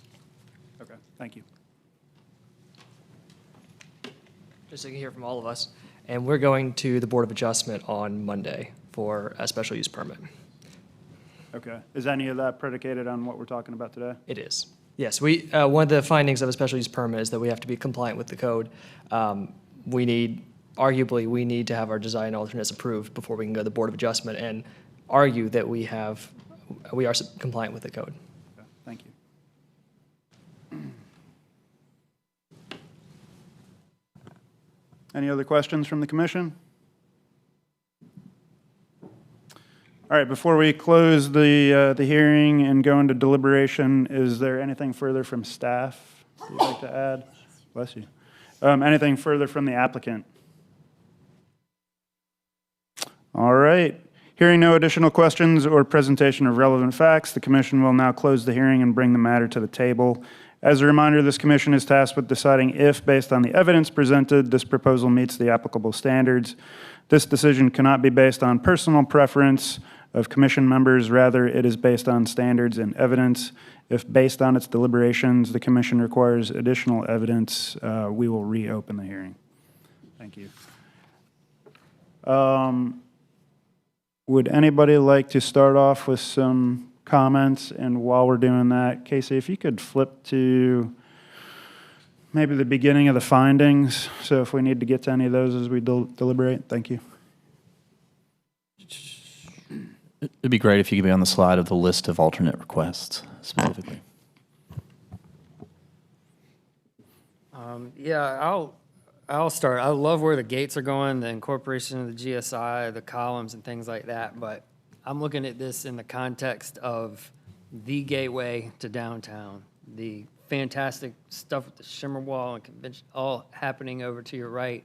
And then what I see in these renderings outside the gate space is heavy, overgrown, oppressive landscape, and then several hundred feet of dumpster screening. And I understand where you could get there based on budget restraints and some of the feedback from the previous meeting, but like as it's shown right there, I got problems with it. You know, if this is to be the permanent premier space, entertainment space in downtown and it's the gateway, I think that fence needs to be doing more, much more. So maybe I could understand more what the objections were to where the sound wave patterns were. Maybe that's too much, but may have swung back in the other, too far in the other direction. So I think it was twofold with the objections. One, the commission asked for more green space. Two, we asked for visibility or a different kind of material into pretty much outside pedestrians being seen. But with this being a special use facility in downtown, we can't give people a free show. That's why you kind of saw the connector where people could, if the building is open, look into. And then people that are participating in the ballroom, I would have loved to have seen that terrace been like a open space, like somewhere that would be access to the public. But we understand, a convention center is in the business to make money. And so I think that's why you saw the fence and the screening change, based off of the recommendation from the previous meeting and the feedback. Yeah, and I understand it needs to be opaque and can't give away free shows, but the intent of bringing buildings up to the front, which we're asking for exemptions from, is to show an active, vibrant downtown. And like I say, it really does to me look like we're wrapped with dumpster screening. That has been improved with the columns, but overall is not up to its place in downtown. What approach are you referring to? Like, if I'm an out-of-towner coming into town, Is it you come around, you come under the railroad bridge, and then you're right there, and that's your first view of our district there. coming from the south? Coming from the south, yeah. Well, and also understanding that there's a lot of space constraints on this site, right? Mhm. Every inch is important. Yeah. And so thinking about screen wall design, it's not like there's not a lot of room for like a depth to it. Yeah. And so I Right, think the so- comments the last time revolved around, how can we create some sort of a depth, maybe with some plantings and some other things. Yep. And I do think as you drive into downtown, like the street trees are going to provide for a decent amount of interest. The first thing you're going to see is the gate, which I think is nicely designed. Yeah. Then you've got the box office. Then you've got the planting strip along the gate or along the fencing. I think I'm less concerned than I'm hearing you are, Commissioner. Yeah, can we pop them back up? The renderings? I think some of your concern too is just a result of the program too. And I know we had talked about this last time. It's like there's some of those concerns that you're evoking are just a result of the program of that being an amphitheater. And it's like that's the part that Yeah. we're like, that's not really resolvable in terms of I don't have holding the any front, yeah. objections to putting a fence right up against it or using some landscape. If we can sorry to keep asking you to jump up. This is okay down here. This feels comfortable, and I think that's down at the lowest planting area. Yeah. But then as you move up, that's great. Yeah. Then you get here. That's oppressive and uncomfortable. And then keep going. That is what looks like dumpster screening to me. And I'm not saying we need to make it thicker. I feel like it's got to be more than just those blank panels and then the columns, whatever they are, like 80 feet apart. Because take all those people out of it, and that's what you have from 7 to 5 p.m. every day. We're going to be looking at that taupe louvered Can we open panel it back wall. up? Chris, can we So- open it back up? Yeah, maybe just in a second. So, Commissioner Griffiths, is that what you were commenting on earlier about? There's the metal panels that are actually part of the architecture, part of the stage, but they're different than what we see out at the street level. Just finding something that's a little more cohesive to everything else that's going on. I mean, it feels like we're, really skating on the edge of offering opinions. But I think I feel like we get hung up on the phrase visual interest a lot. And oftentimes the reaction to the request for visual interest is to do more different things.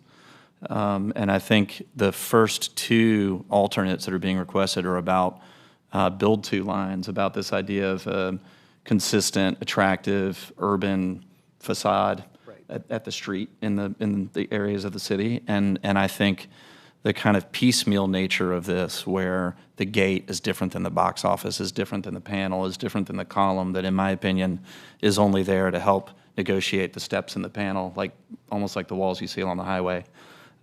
It's not a cohesive continuation of the architecture of the building part of the project.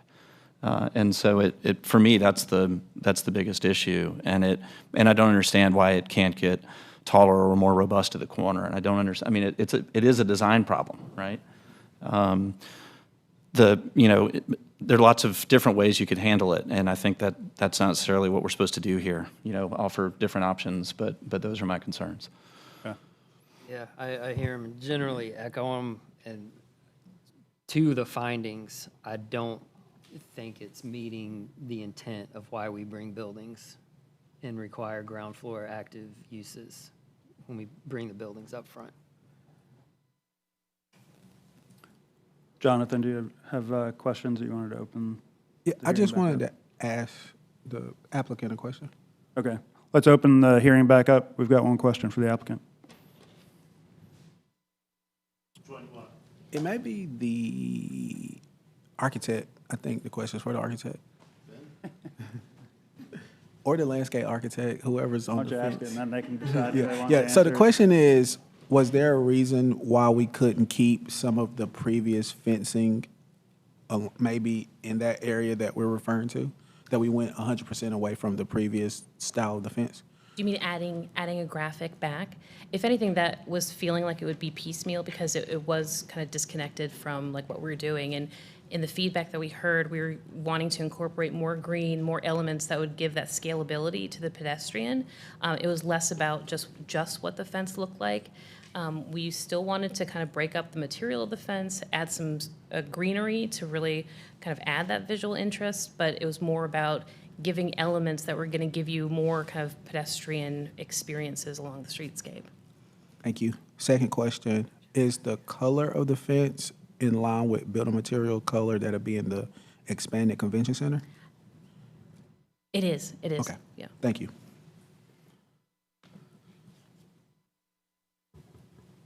All right, we'll close the hearing again, go back into deliberation. Any other comments?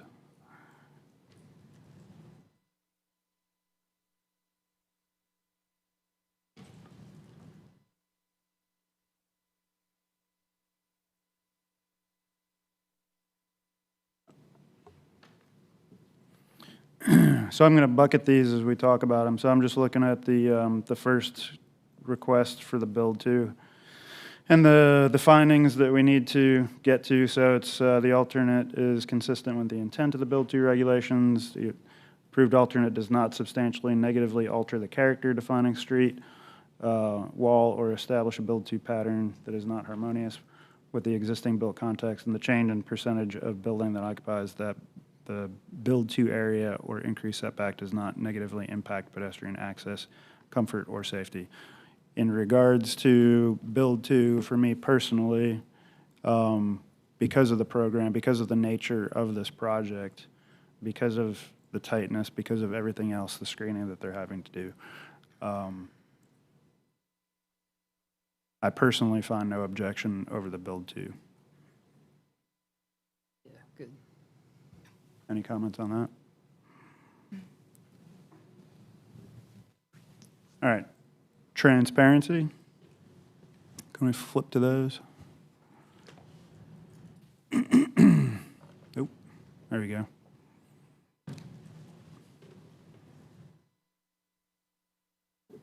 So I think, the big question is the street-facing building facade utilizes other architectural, artistic, or landscape treatments to create visual interest to offset the reduction in transparency.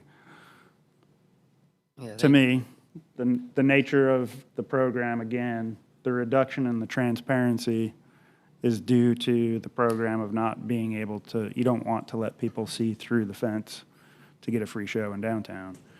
I don't think there's any way around that, any if, ands, or buts. How you treat it, I'm sure is up for debate, but I don't know that the design of it is necessarily what's up for debate. I think is the need for the lack of transparency there based on this project and what we've seen presented. So 100% agree, it needs to be opaque, but the transparency rule is there to minimize blank wall areas, and those fence sections look like blank wall to me.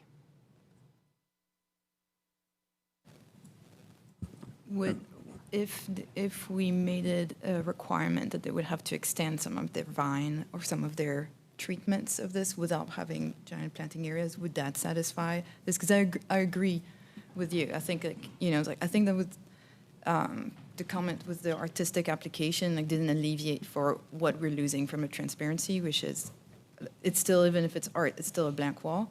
I do think there's some big areas that still feel like a blank wall when you drive in. Would that satisfy that concern if there was some vertical green element or other changes that are still consistent with the whole project, knowing that it has to be a fence? Yeah, I think that's going in the right direction. I mean, I would also just throw out there are lots of ways you can do a fence. With even a 2 to 3 foot depth, you could offset adjacent panels, overlap them, allow pedestrians to have a fairly transparent experience as they move obliquely to the fence without being able to see in, and kind of break down the scale and monotony of it. I mean, it feels like a design problem, and it does not feel like there's been a deep search through options for how to make this fence a less kind of brutal and consistent surface. And you have 8 feet of landscaping to work with. Mm-hmm. So, I mean, just by staggering the fence and moving landscape in front of and behind it and creating these oblique transparencies that don't give a free show, mm-hmm. But soften that face and give some depth to it. I mean, it doesn't seem hard.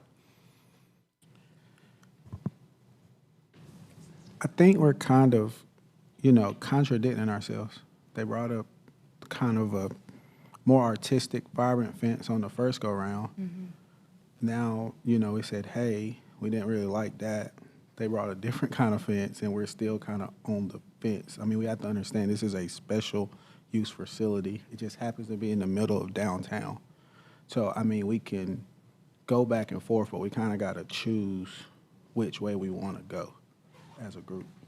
Actually, and I believe what we asked for, we didn't say that we didn't like it, what we asked for is more detail on the actual fence. We were like, that is a lot of fence to approve, given that we can't have frontage without having an actual spec or way of addressing it, which they responded with, I think, with not detailing the fence further, but addressing the green comment, which that's something we can discuss as a commission, but I guess that's, just wanted to clarify that we had, to your point, Commissioner Griffith, that I feel like it was asking for the spec for the fence, but also don't want us to get into are we getting design advice versus what are we, where are we finding, is this satisfying the UD or not? There's a lot of different ways of doing a fence, but where is our prerogative in terms of? I think as we continue to ask for specs and things, that's getting into kind of swaying design and giving design advice. So, I mean, we got to look at, is the intent there based off of the program and the use of the facility? Right. If this was a building, we would be having a different conversation. And I don't disagree that one image with all the planting in front looked like too much planting. Mm-hmm. And I had a little concern about the magnolia when that came up. Is there a way for us to put some conditions on the plantings or some recommendations on the plantings to make it feel less oppressive and still allow this to move forward? You could say that no vegetation may break the plane of the back of the sidewalk at maturity. At a certain height, I guess. Yeah, yeah. I mean, I think even just going to having things that are limbed up rather than that full to ground would make it a little easier on pedestrians walking past it. But to your point, I think in regards to the intent of transparency, that length of basic fence does not meet that intent to minimize the blank wall effect.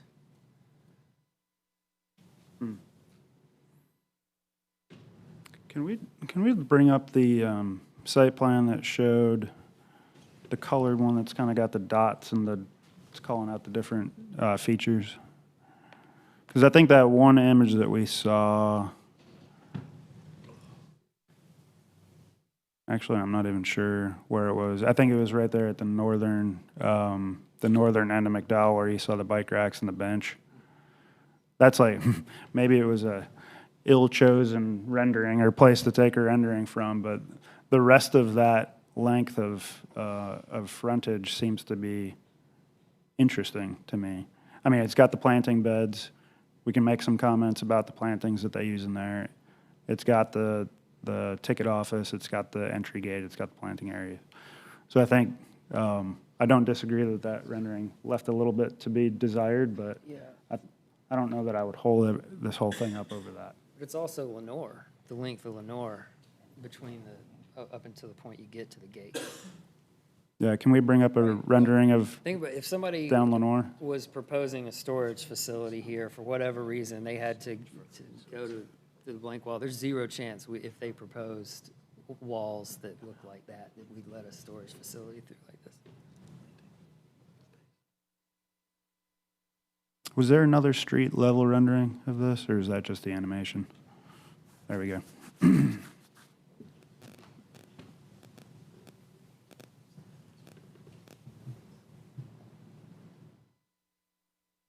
You know, I think vines here are a cool idea. I would predict that if you get them going well, they're gonna start leaning out and encroaching into the sidewalk, and at some point, maintenance is gonna become a burden, and they're gonna let them go and cut them out.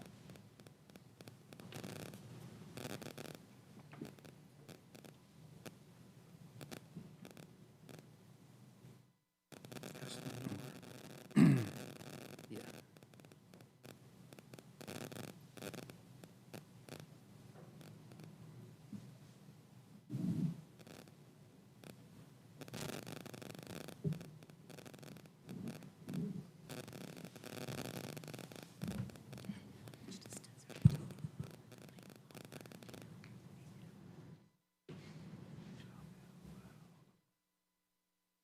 I mean, I'll just add, I mean, this is such an important project to the city, and knowing their timeline for moving forward and getting this done. I personally am trying to get to a point where, you know, if there are concerns, we can, you know, we can put some conditions on the requests. Sure. Is there a condition that we could build off the transparency calculations, but recognize this is going to be opaque? Yeah. Is there something you can do with like the 50% numbers that tie into this?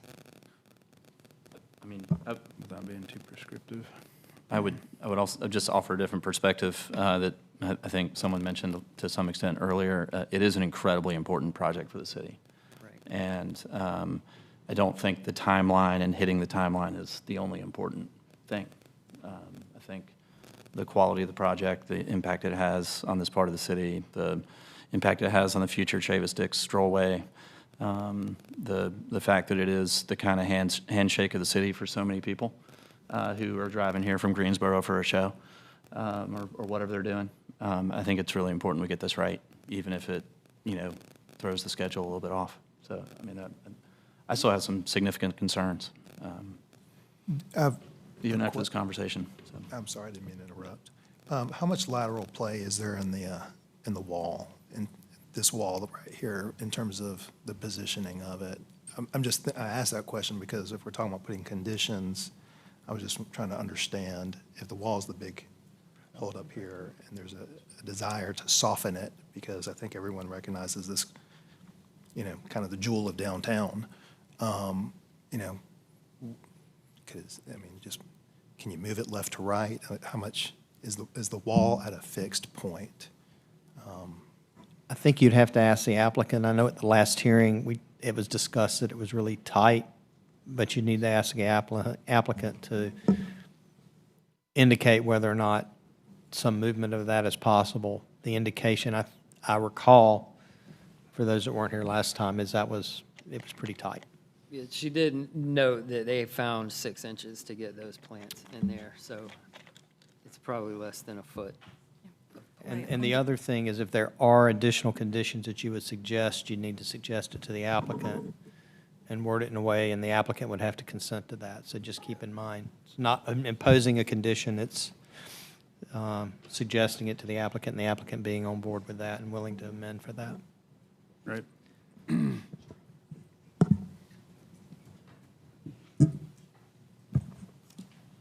I am less concerned about Lenore Street than I am concerned about McDowell being the gateway. So that the blank wall on McDowell concerns me a little bit more than what the Lenore Street wall looks like. I think there is still like a cohesive pattern to the Lenore Street wall, but I do agree that McDowell probably needs to see some more options, at least for that blank part. Yeah, and I don't know if more piers between, like, a tighter spacing of piers would, alleviate your concern, or? Well, looking at the math, 60% of a ground floor has got to be transparent, right? So if that was what the intent of the ordinance says, makes your street visually appealing, is there a 60% rule that can be applied to this, and we don't have to get into the design of it? I don't know how you would not get into the design of it.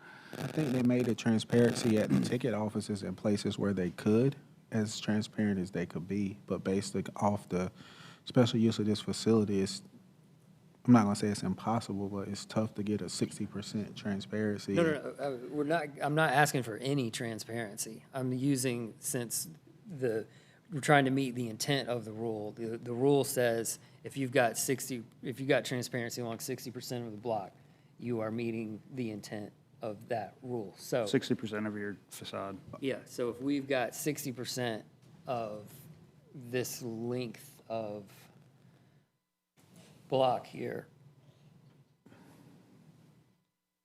that's beyond just that panel, would that get it? I'm trying to get to the approval today with some sort of rule.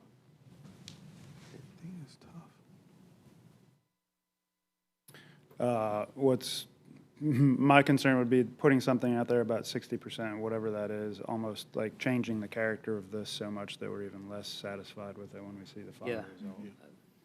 I hear that.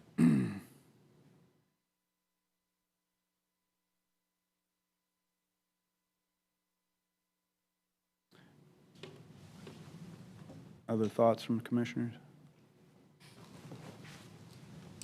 I mean, I guess the 60% could be, we don't have metrics on this all the work that they've done on the greenery, which does help, but we don't have metrics on it, to your point. Like if we replaced, but also understand your concern, then like plants are living things, and if they decide to stop the maintenance and they die, then we're making this approval contingent on living things. But I don't know that we have jurisdiction over this, but would that keep in the spirit of what we've all seen and that we like, is if we did like, we don't have the numbers for the fence, but if 60% of that fence would be at, year one covered in greenery, would that somehow, would that be consistent with the UDO intent, I guess, is my question for the commission. Could be. To my landscape architecture friends, the plants that are shown low along the fence, will those ever rise to any height, or are they intended to stay low? I don't remember which ones those were at the bottom of the fence, but The one I mean, south? it's 6 inches wide down there. And the small, is the small planting or the larger planting? Those little guys. it's on the bottom. On the bottom, yeah. I don't know if they have it. Yeah. That'd be a good question for the applicant. Yeah, I think you might have to ask the applicant Yeah, that and let get me- some more input, since that's where you are. I would recommend that you open it up and ask that question. Let me open up the hearing again and ask that question to, yes. I'm going to take it. I think it's actually graphically, we're showing that we have that whole channel to plant vines that entire length of the fencing along Lenore. We were trying to kind of graphically keep them down so that you could see what the actual fence was behind it. But the intention is that there still could be greenery climbing up. That is still intended to be a vine planting along that entire kind of length in the face of that. Okay, so you have not resolved on a particular planting along the whole length? Yep, we have the Carolina jessamine and the Asiatic jasmine, and then we heard some recommendations for possibly considering some other ones. Okay. So we want a And do mix of them, those- because if one does not thrive, then we have a diverse palette so that others may be more successful than others. And do those climb, those They do, plants? They do? yeah. Okay. Any other questions before we close it? Were there any further, I don't know if there are any further questions, or the applicant has any I heard input as some- to the McDowell you were Street concerned- side? Thank you, that's what. Yeah. Can we ask the same question relative, Lisa, can you explain the same question except for the wall facing McDowell? Because this is facing Lenore. Yep. We were proposing the same vine planting in front of that, just that kind of shorter length of fence. It is we did not continue the planting. The bench that's shown here is at the end of where the larger plant bed stops, because it was a request of, I believe, transportation, to have a slightly wider expanse of pavement here.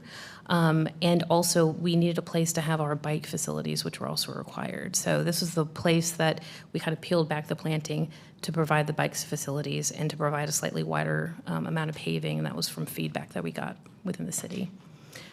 Just since you came up already, can you point to us how, like, the extents of this wall on a top view? Let me go to the Yeah, in here. Actually, the site plan is right here. Actually, you know what? I think this one is more, whoop. Because I did extend the planting farther north. So this is the end of planting. There's a bench, and then the bike racks are right here. So it's really this kind of section that's under the kind of yellow bubble. And I heard the conversation relative to any ratios, and so we did do a takeoff before the hearing in the linear length of fence, and we have 67% of the fence that is covered in plant material alone now. For both streets? That's a combination of the entire perimeter. That was helpful, thank you. Yeah. Thank you. My name's Ben Horn with Ratio. I'm the project manager for the project. Just confirm you're still under oath. Oh, yes, I am under oath. Thank you. So, one thing about the transparency is focused on the building, not necessarily the fence. And the build-to alternate that we're seeking is addressing kind of that street building front towards both street fronts. So just wanted to provide that clarification. Thanks. All right, let's close the hearing again and go back into deliberation. All right. What you just heard, does that change any thoughts about trying to create some sort of condition that we would need to put around percentages? Yeah, it looks better. I still think we got to do something about the volume of vegetation there, and maybe that back of sidewalk plane gets it. So then you get up to the bench. Well, but the other thing that'll do is it might make that fence more visible down there. So we want to, God, this is hard. make sure that's screened, but then we've still got Lenore. Yeah, I mean, I think I personally am okay with the plantings along Lenore. It's the heavier plantings in that 8-foot wide planting bed along McDowell that give me pause. And it's not the 8-foot planting bed, it's just as depicted in that rendering, the plants that were chosen. Yeah. I think that could easily be alleviated, but either putting conditions as suggesting to the applicant or switching out the species, even if it's a deciduous tree, like another canopy species that doesn't feel so invasive in the sidewalk. If that's a concern, I could see that speaking nicely to the other street trees. Yeah. I could use some recommendations on how we would phrase that condition. And I'm not sure, maybe the applicant has some recommendations on that. I understand what you're saying and the maintenance, and does it make sense to limit that width, and will it work with the plantings? And I can't answer that, but maybe the applicant can help with that. Do you want to open it back up and ask them? Have we done this in the past? I thought there was maybe another couple of cases when I think it was maybe the sidewalk line that we didn't want it to encroach. Yeah, it's come up on a couple different cases, and I think we've dealt with it in different ways in the past. I think sometimes we've just made recommendations on different plant types to use. I don't recall if we've ever put a condition on it not coming past the face of the sidewalk, but that's not a bad one to have at full maturity. And that is true. The commission has at times made recommendations as opposed to conditions. And I'll leave that up to the commission as to what you want to do. But I know that's an option that has been used. Okay.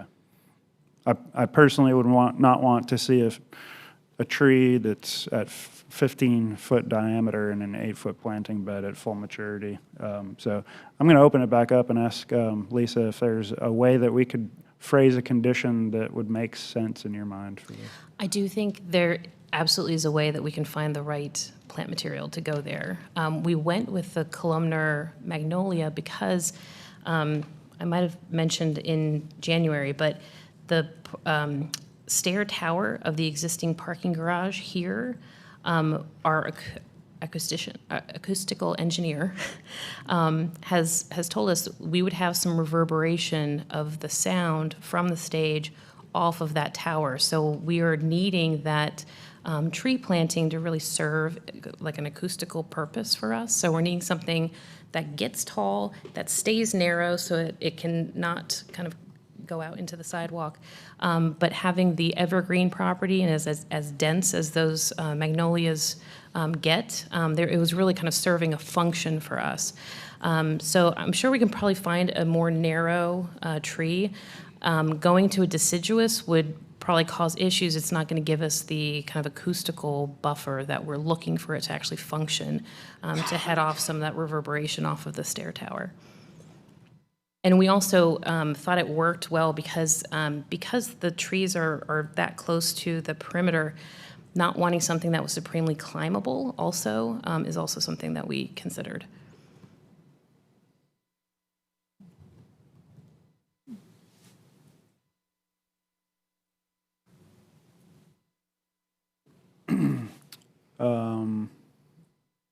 Can I close it again?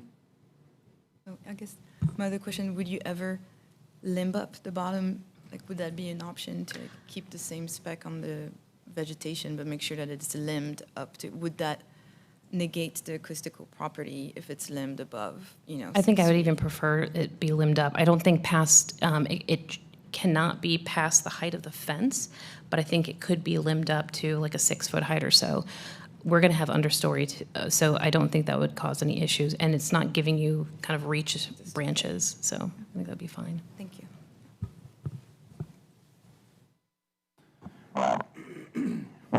Excuse me. All right, we're going to close the hearing again for deliberation.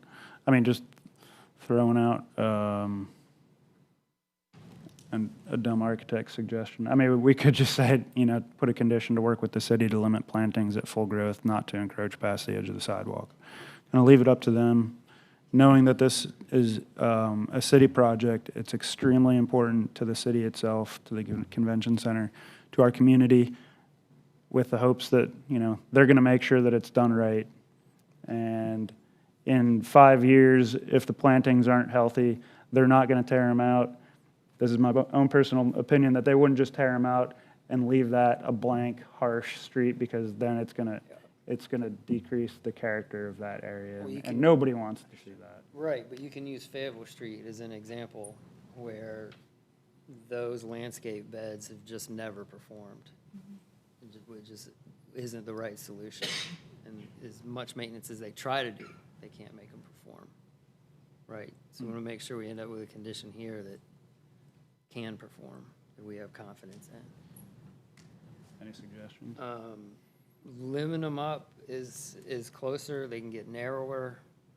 Yeah. I'll be surprised if the vines, if we pull it off on that much fence, if that actually works out in the end. I guess the question would be, you know, is that really of concern to the board? That if you approve it with the vines, then it's up to the applicant to make sure they perform.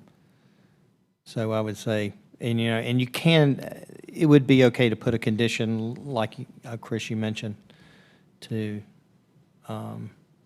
work with the city to construct the greenery so that it doesn't interfere with pedestrians moving along the sidewalk, which I think you suggested. Mm-hmm.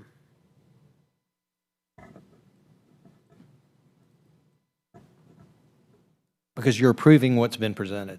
And Right. if they're presenting it saying they can do it, it's not this board's within your purview to decide whether or not it's going to work. Okay. That's the applicant presenting it.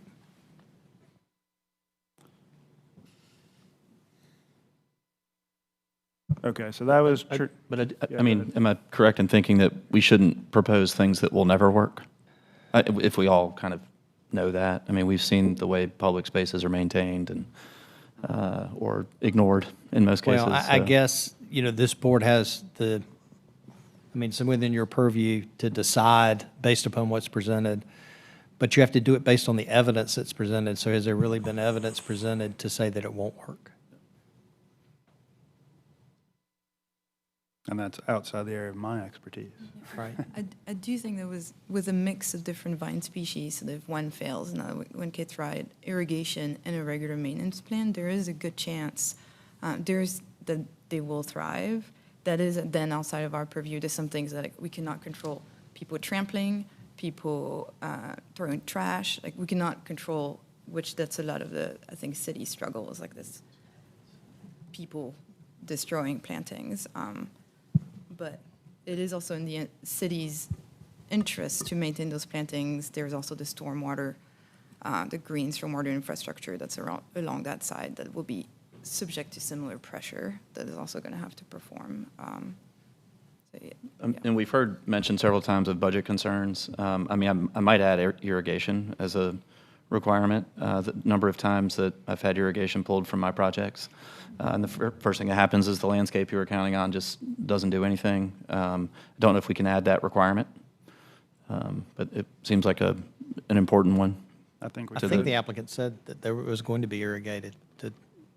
I may have missed that. But I think the applicant already said that. They did. Okay. I think Matt's just kind of raising a concern that he's seeing through his practice that. Understood. I also think we could probably make that a condition, and Yeah, the number of times that irrigation has been pulled from a project after design development, in my limited experience, is more than I care to. You can make it explicit, even though it's stated, make it explicit. That would be fine. Yeah. Okay. So I'm moving on from transparency unless anybody's got anything else to talk about at the moment. So the next step was the screening for loading areas. Any concern over that? And then also the screening for service areas, which I think is similar.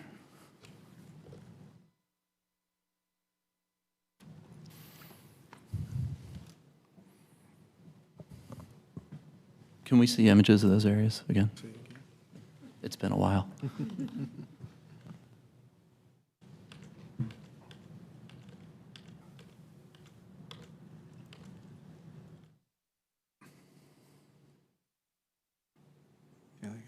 And one of these is loading and one of these is service, is that right? For both. Okay. Both for both. Yeah, that was presented at the last hearing. Got it. About the function of that. Okay, thank you.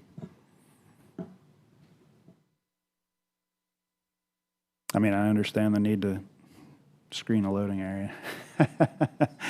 I personally, this is just my opinion, and I would not put a condition, but just a recommendation that the design team continues to look at the design of what that screening on those loading and service areas look like.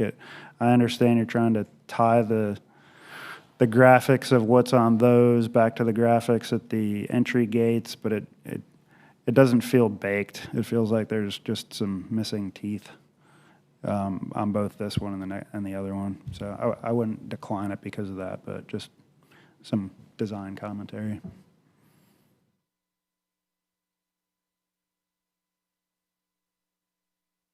I think I have just two questions for the applicant, if we can. Yeah, sure.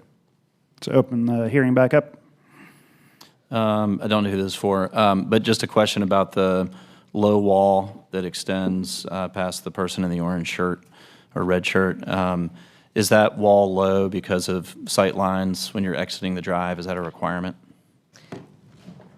It's not. It's the modeling did not catch up with the plan. There would not be a wall here.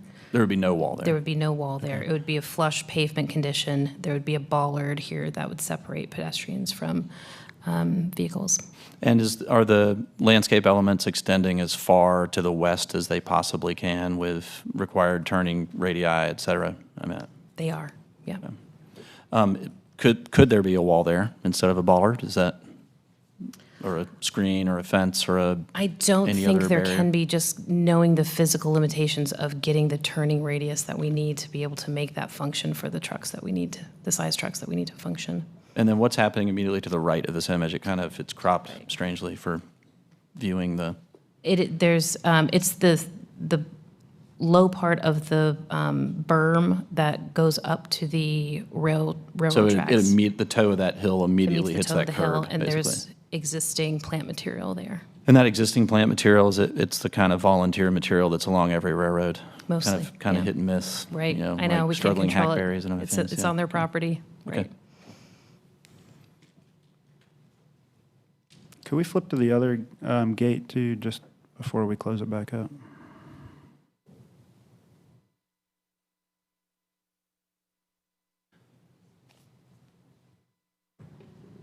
That's similar, that is the greenery that's shown here, that's the volunteer material that's already in the It's on buffer. the railroad Okay, property. So you're not proposing any new landscape in that area? We're not, Okay. yeah.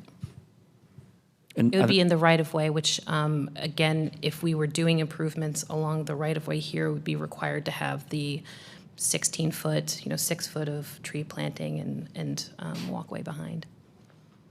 And the reason I was asking about the truck turnaround earlier is I believe it happens to the right here where really robust tree coverage is shown. And I'm wondering if those trees will actually be there. We are not intending planting trees on that property right now. Okay, so is the rendering accurate? in It's that? not showing the curb cut that would be there. Because Okay. you're right, it would be around this area. And I know there's still a little debate about this, but just for reference, this is where the Chavis Dick Strollway wraps around the southwest corner. So you're going to be looking kind of right at this. Yeah. And then picks up South Street again, so. However, also a developable piece of land where the turning is right now. That I'm sure there will be something different there in the future. Yeah. Lisa, is that going to be a big gravel area? I mean, the trucks, are they just going to be driving on grass, or is it going to be, dirt there, or gravel drive, or circular? The image that you see here is a current representation of the conditions as it is now. This has been an area that's been used by the convention center for years for overflow service items, trucks, those kind of things. What we'll see here for the next 4-5 years is going to be the construction land, lay down, those kind of things. The trees that are kind of outlined there, for the most part, are currently there.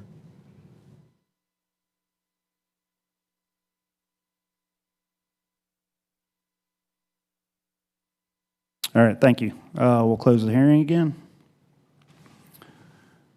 And then, can we bring up the findings for, I think it was walls and fences, is that right?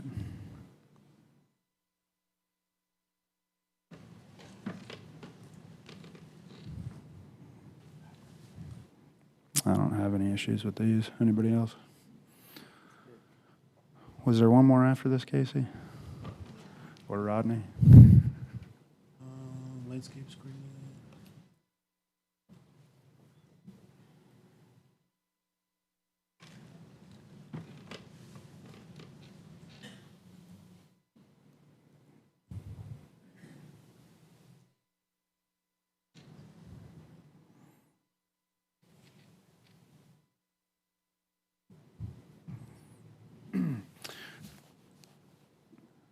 So I watched the majority of the presentation or the hearing from January's meeting, even though I wasn't able to be there.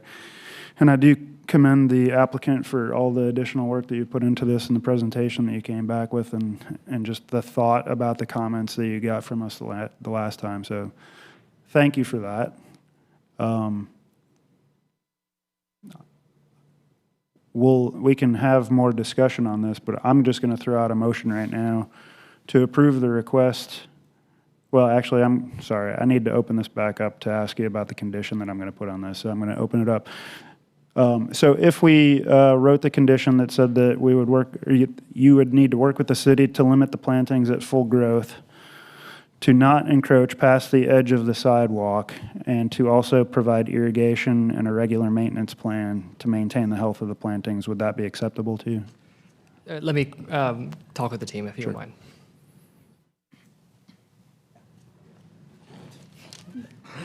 Short conversation, we're good.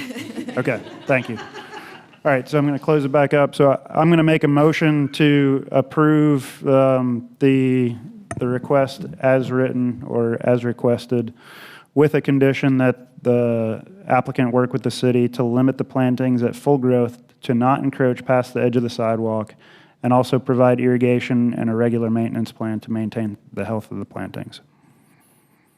Any discussion? Is there anything else that we want to add to that? I mean, otherwise, I think they meet, in my opinion, the intent of all the findings for all the requests. So is this just with respect to landscape being used as screening? I'm getting to the fence. Is the fence bundled up in this? Because everything you just said, I'm good with. The fence is included, the fence, yeah. The fence as shown, as designed, is included in all this. Right, because I'm still going back to it. The intent of landscaping is to provide meaningful and well-designed screening and buffering. And that, combined with the blank wall part of it, I don't think it's hitting, but still in my head looking for a way that we can get to yes. Yeah, so Tonight. I think you're there on the landscape part with working with the city on the size and the encroachment, so check on that.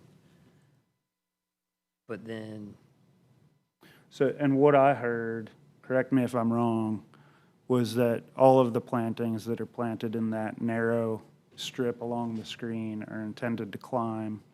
They are different species that if one doesn't perform, the other ones will, and that eventually that entire fence will be covered in green vines. Is that, did I hear that correctly? It's my understanding that it could happen, and then right now they're proposing specific areas to train some vines. Yeah. I think that's potentially where we could put a suggestion or a condition in terms of your 60% comment and be like, if there's any amount of blank walls or I think all of it could be green, but then we also get back like, are you okay with a whole green wall, which now is the same thing? Right. So like, or do we want to put some condition in terms of variety or at any given moment, it's 60% of the whole? could you do 60% decorative fence and leave it there? So my other concern is, and using Fayetteville Street as an example, the intense public use, which matches here, caused those to fail, and the irrigations failed because of the intense public use. So a lot of things have to go really right to make this landscape work. And if it doesn't, then we're left with that fence with the wire lattice on top of it as well. So I prefer the well-designed screening be a sure thing decorative panel that we can 100% count on being there permanently, looking good. You're talking about an architectural feature, not landscaping. Yeah, You're talking about structure. they go together, the landscaping and the screening. Fences Yeah, fall I think so. under the screen rule. I think so. I mean, they're all intertwined. Yeah, so that's my proposal, the conditions you're putting on there for working with the city on the landscape piece, and then add to that some 60% of the street frontage has to be decorative, and then leave it up to the designers to come up with something that's cohesive and. What do you mean when you say decorative? And that's my, and is it mutually exclusive? Then if it's decorative, is it not a vine? Because I think if the vine Yeah. is successful, I think that's a better experience, and it's more, I think, faithful to the transparency. If it fails, then yeah, that is. But I think we're going back into comment into like, we have to trust that they are gonna do what they need to do to make it work. Yeah, and it somewhat goes back, I think what they came forward with goes back to the last meeting, which was proposed to do the decorative fence, but the input was more landscaping and greenery and that sort of thing.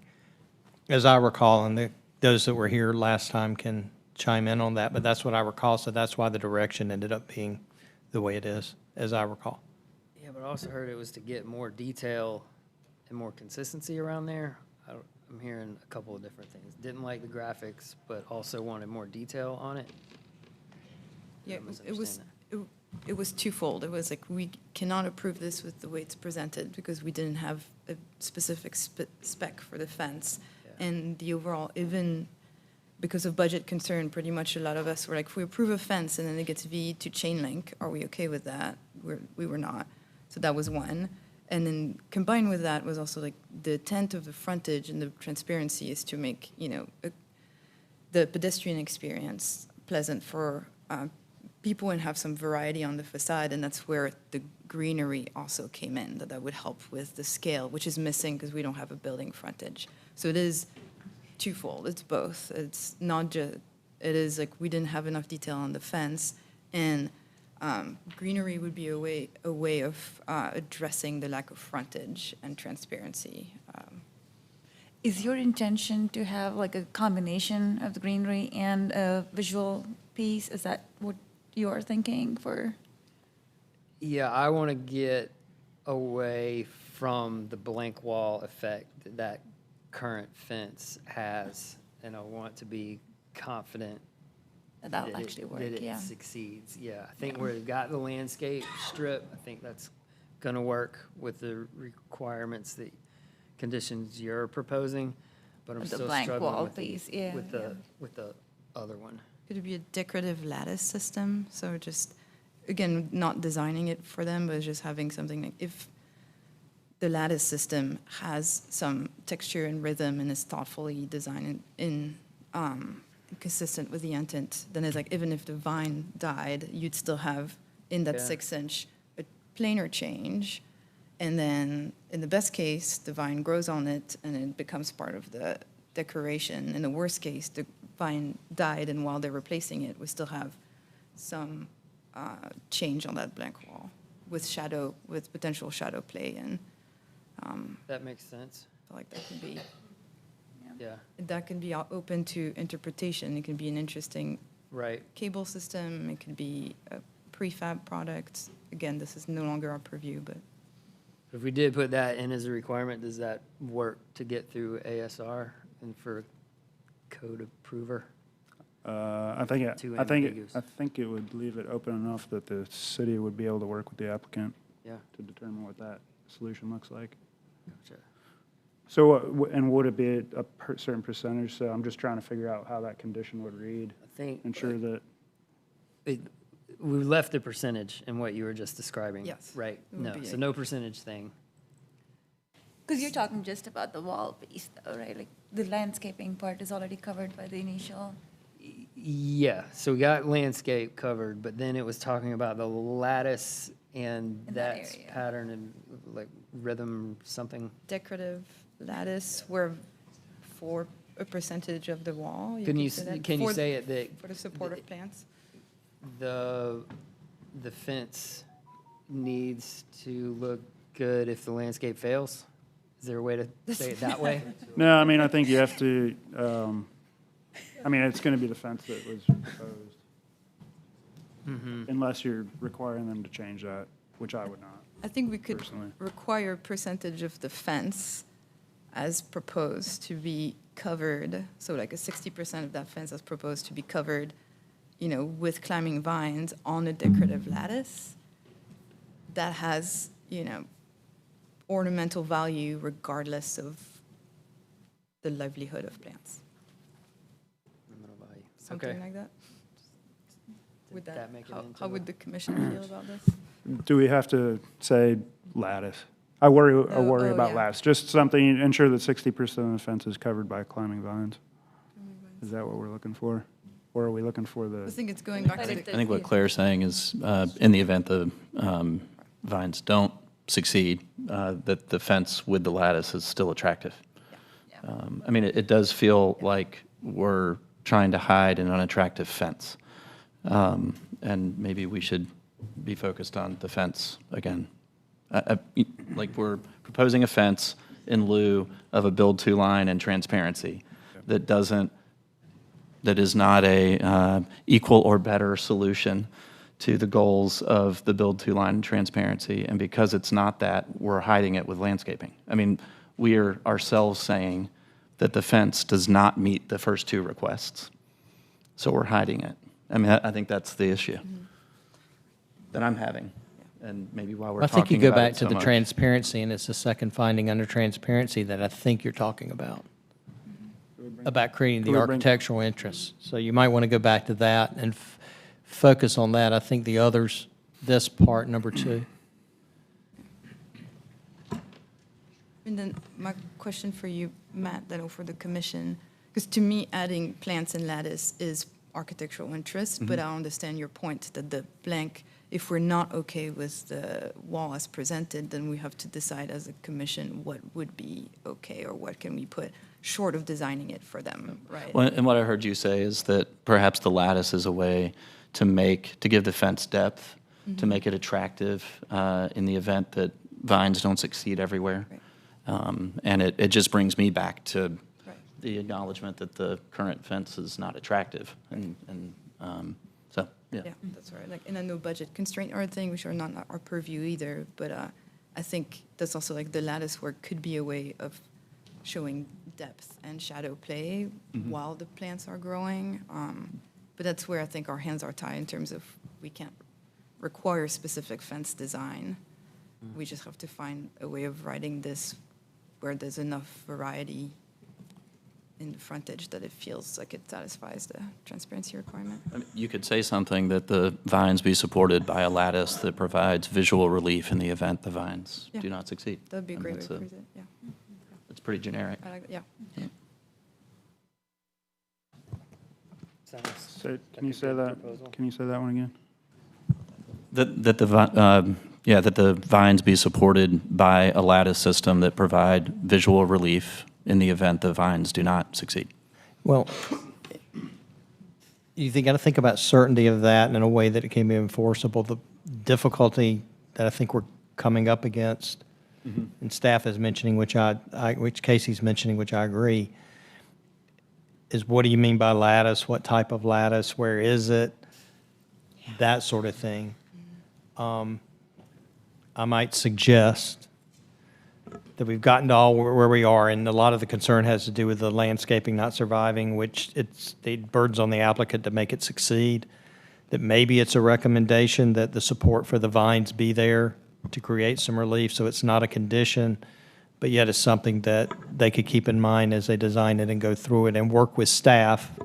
They still said they had to work with Parks and Recreation, but with Parks and Recreation to come up with a support system that works. support system for the vines that works and that will succeed, maybe. And that's what I would recommend, working with staff to come up with that, because that is more certain than designing it here. Yeah, we're trying real hard not to design it here, but get to something that meets the intent of minimizing blank wall. And we're not there if that proposal, if those renderings are what the proposal is. As I recall, and again, you're the board that needs to make the decision. I'm just trying to help you get across this. From what I saw from the diagram, the yellow part, that's the blank wall you're talking about, was really small. A small percentage of the whole, and we may want to see as you, maybe even that helps doing the movie, but as I understood what was stated by the applicant, that yellow part of the upper right was where that blank wall is, and the rest of it is planted. Right. So of the percentage of what's on McDowell, that was a small part. Right, and I think, are addressing that through the landscape conditions, but then we still have Lenore, which is our east-west connection now that we're blocking South Street, right? So I've got to find something to word that somehow. And we're on these boards to bring some level of professional knowledge, and just looking at Fable Street and how it's performed, we know this proposal has a high probability of not working. It might go great, but it also might fail, regardless of what the testimony is. I mean, could we put in the maintenance plan? Because we're talking about a regular maintenance plan to maintain the health of the plantings. You could do If the health that. goes down, then they haven't followed the maintenance plan. You could develop a maintenance plan with Parks and Recreation to ensure that the plantings will succeed. That's doable and. Do a better fence.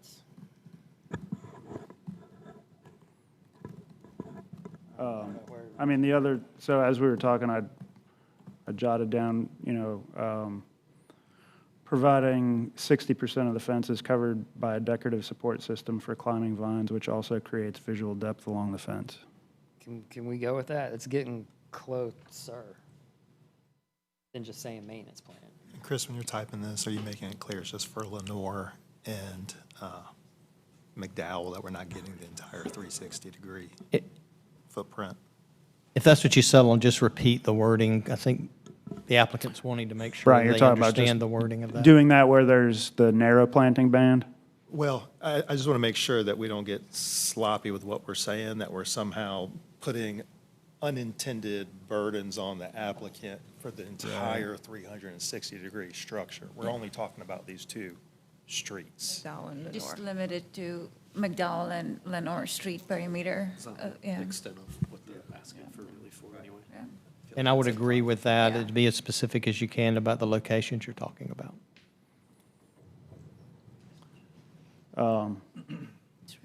Did we find anything? There's only a portion of McDowell that has the thin planting edge for vines, right? So we could be very specific about that particular condition is where we're requiring this.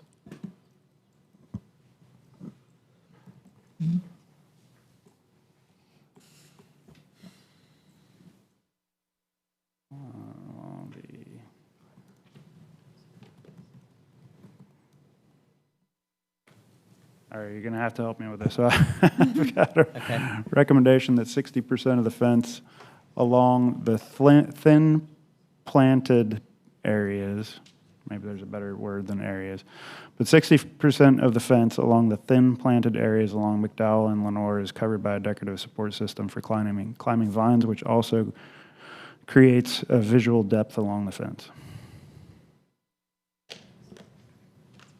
So 60% of the entire length, I'm trying to make sure that clarity of that, or Of 60% of the length where you've got the thin planting area, not where they've got the 8-foot planting area. I'm not really thinking about it along there. This is just now occurring to me. Rather than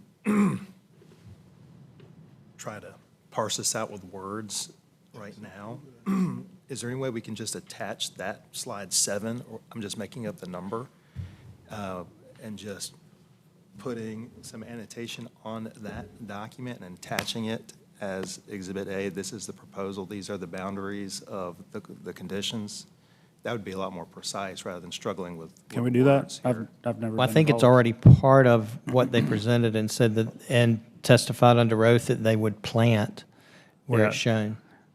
Brian, I think you're saying we annotate it Yes. to show exactly the areas that we're talking about having this coverage. Be easier, it's more certain. Yeah. I don't know. Well, that is more certain. I don't know, do you have in mind where you want to describe that area as an attachment?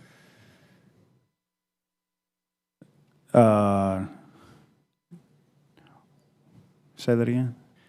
In other words, you know, if you're going to mark it up right here as part of your decision, you could do that. We just need to be able to mark it up and show exactly what you're talking about. Can we flip back to that site plan that had the colors on it? Yeah, that one. Yeah, okay, so can we hide it, can we take the pink highlighter, mark it up right now, screenshot it, and that's the document? You can do, I guess that'll be the area where you have the plantings with some support.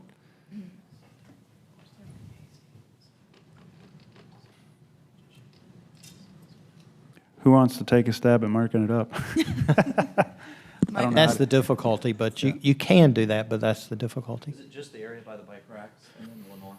Am I getting that right? Because this area here that looks like thin planting is actually decorative graphics. Yeah, I think that's right. Would you want it to extend here? I was thinking there, and then all those. Keep in mind that some of that down to the south is gate area, so that open space there is a gate area. Yeah, but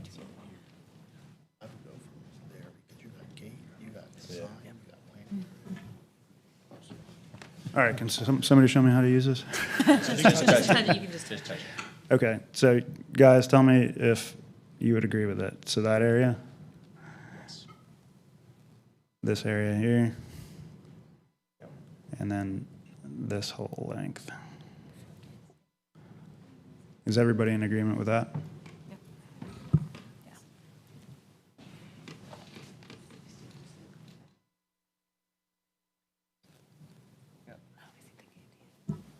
All right, so then I would say the recommendation that 60% of the fence along the marked up area on the exhibit. Along McDowell and Lenore is covered by a decorative support system for climbing vines, which also creates visual depth along the fence. And that works. That's something that staff can go by. And that works. All right, so I'm going to open the hearing back up again just to confirm that the applicant would be okay with that additional condition. We've been in conclave and we say yes. Okay, thanks. All right, I'm going to close the hearing again. So I'm going to make a motion to approve the request with the conditions that, one, they work with the city to limit the plantings at full growth to not encroach past the edge of the sidewalk, provide irrigation and a regular maintenance plan to maintain the health of the plantings and ensure the plantings will succeed. And then two, recommendation or condition that 60% of the fence along the marked up area on the exhibit along McDowell and Lenore is covered by a decorative support system for climbing vines, which also creates visual depth along the fence. Any comment or questions? I'll second it. Real quick, do we need to talk about the service areas at all anymore? I mean, we haven't really talked about them much. They are, I do think when you drive south on, you drive south out of the city, you're And looking Dawson. right into the guts of the one on the northeast.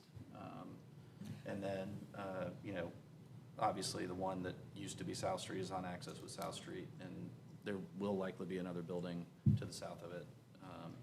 But it's going to be a really prominent public walkway. Yeah, well, and with what we need to do for the findings for those gated areas, I don't know that there's anything else that I personally would be able to figure out like why it doesn't meet that, the findings for that or the standards for that, so. Just want to make sure. We didn't really talk about it. Yeah, no, good point. Any other comments? All right, second, Commissioner Toms, you still want to second it? Yep, good. All right, seconded by Commissioner Toms. All in favor, say aye. Aye. Aye. Any opposed, say nay. All right, the motion carries. The commission's written decision will be adopted when the minutes of the meeting are adopted, and the written decision will be provided to the applicant and other parties with a right to such notice following the adoption of the decision. Thank you. It's 7:13. I think we take a quick 10-minute break and come back, and Chair Gaskins is going to take back over again. Thank you.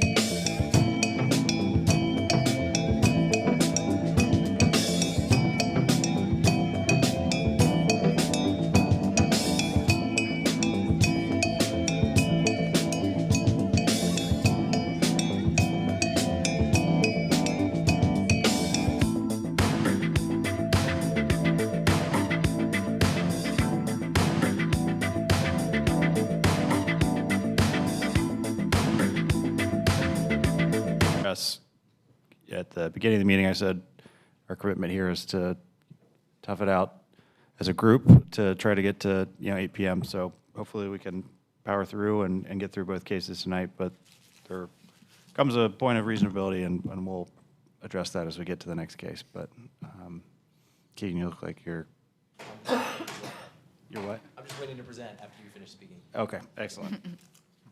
So we will call the next case forward. This is DA 14-2024. And Keegan, are you here to present the case? Okay. If you would swear or affirm that the testimony you will provide will be the truth, the whole truth, and nothing but the truth. I do. Thank you. So thanks. My name is Keegan McDonald. I'm with Planning and Development. I'll be presenting on DA 14-2024. So this particular property is located at the northeast corner of Wake Forest Road and East Six Forks Road.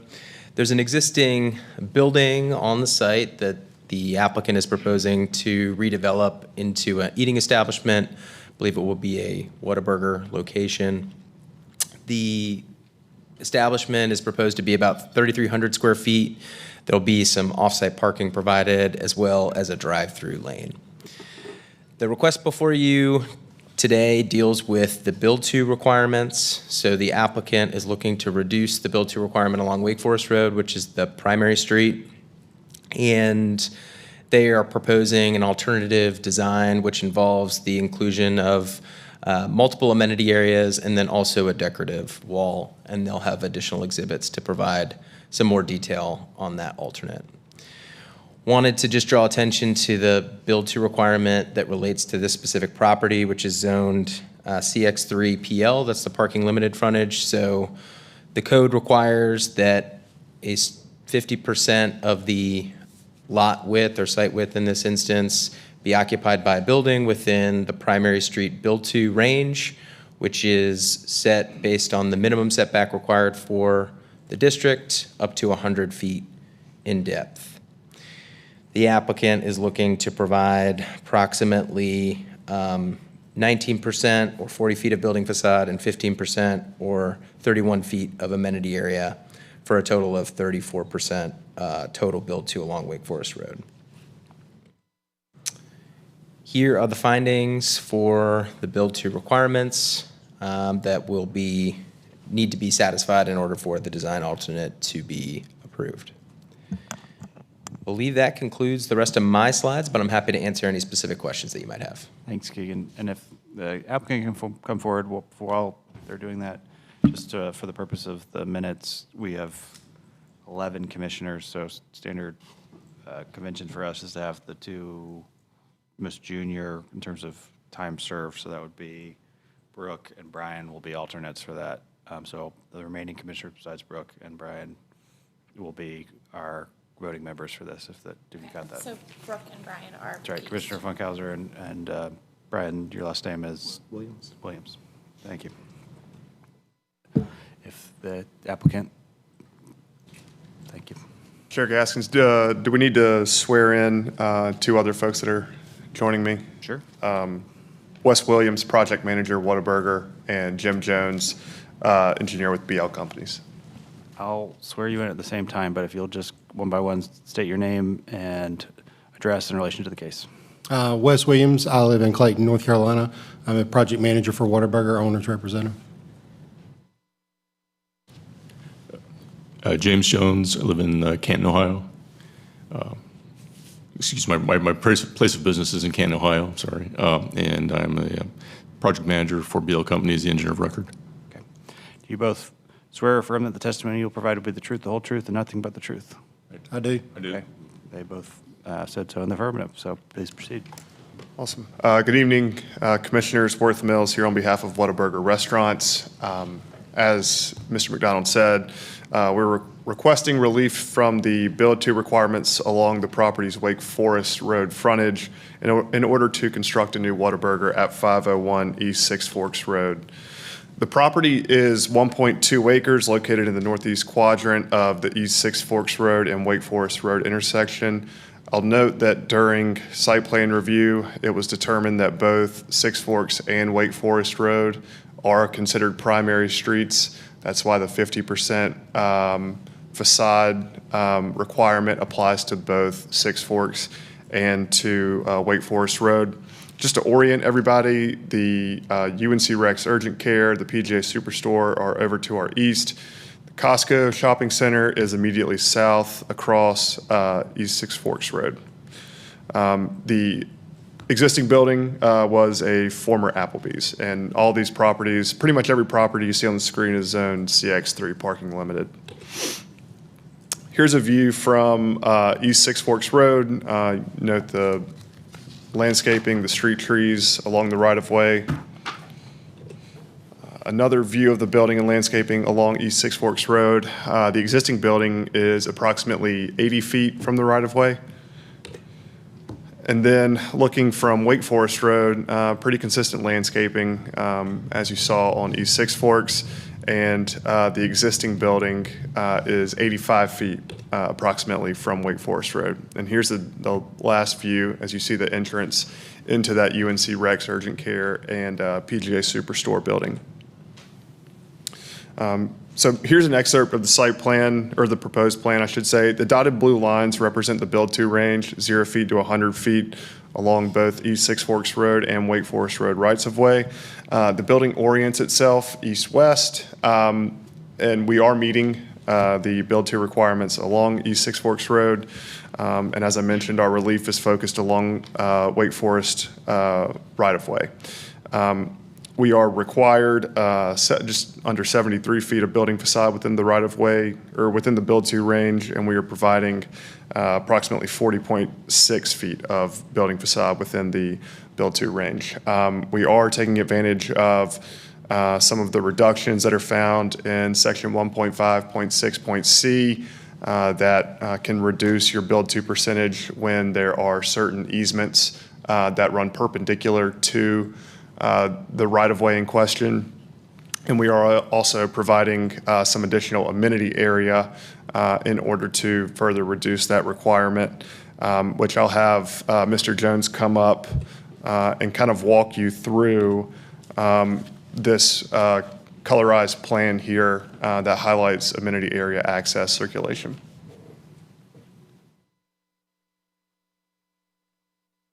Okay, as Worth mentioned, we are utilizing amenity areas to under the UDO to satisfy or obtain a reduction in the Build 2 frontage requirement of 30%. The amenity areas that are coming to play on here, there are several, but the ones that relate to this request on Wake Forest would be up to the northwestern corner, and then adjacent to the building. With these amenity areas have a total combined width of 64 feet, which again complies with the requirement of the code as far as obtaining the 30% reduction in the overall requirement for the Build 2. So then what we're left with is that with our reduction, 30% reduction, we need 72.7, approximately 73 feet of width being required, and we have only 40 foot available with the width of the building, being that it's the end of the building. With our design alternate, what we're proposing to do is further enhance the site by adding a decorative wall, which is around the outside of the southern amenity area on the southwest corner of the building. And this would also the wall wraps around and ties back in, but then which we'll see in the elevations here in a moment. But then there's seating for the customers in that amenity area, and it's a sitting wall, so there's seating on the inside of the wall within the amenity area as well. And then also, as required by the UDO, we have our bike storage lockers are located in that amenity area.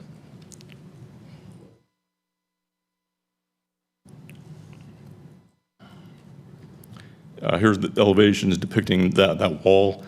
It is in the same contact character and material as the building itself to provide that continued continuity of the building facade. And we're also accenting it with additional landscaping to further give that continuity of appearance across the frontage. Oops, went too far. A little more about the landscaping. You saw in the photos earlier, there's quite a bit of existing landscaping there. And to the maximum extent possible, we're maintaining the existing mature trees that are around the perimeter of the site. And then we're also augmenting that with additional landscaping as required by the code to enhance the appearance.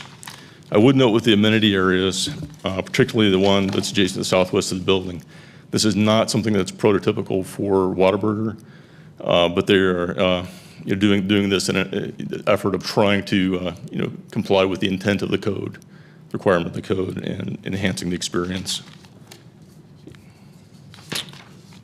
Yeah, apologies.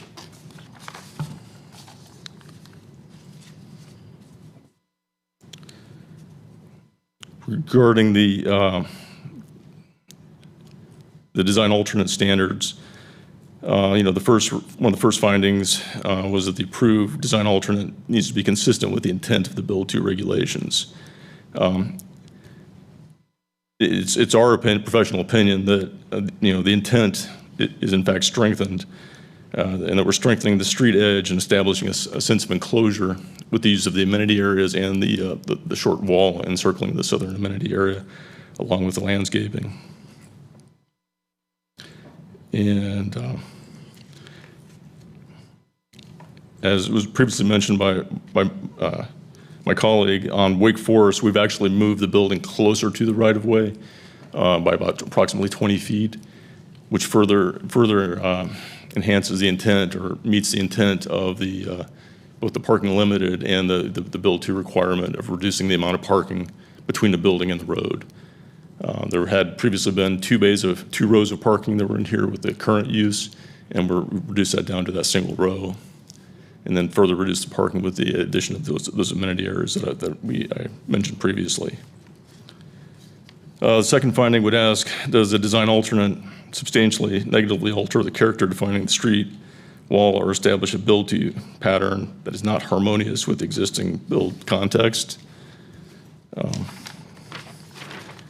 And we would say that we are in fact, strengthening that street wall edge there and creating a harmonious facade and frontage that is keeping within the context of the surrounding properties as well.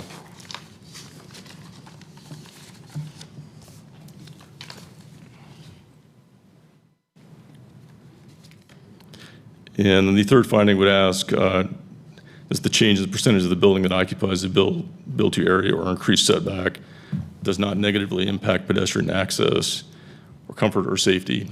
And we're not impacting the pedestrian access to the site whatsoever. The existing sidewalks and accesses are maintained.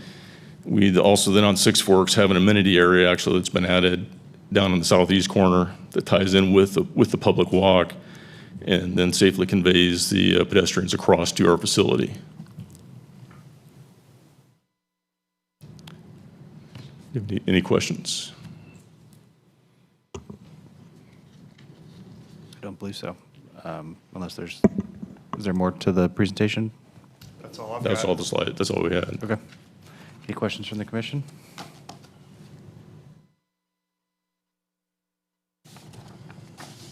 Yeah. I guess I have one about your seating area and whether you had considered or explored adding planting there or at least a canopy tree for shade and for scale of the building. That's something that you've been considering or that you would consider. Wes, I'll let you speak to that. That is absolutely something we can consider, to do a tree in that seating area somewhere. We would like to keep it as small as possible, because that is our view corridor inside our building. So we want people to be able to see into the building. We don't want to block that visibility, but we could find something, I'm sure. I guess I just want to point out that a large canopy tree, you could see through it and while still having a lot of shade if you want to. You said how high the seat wall is? I did not.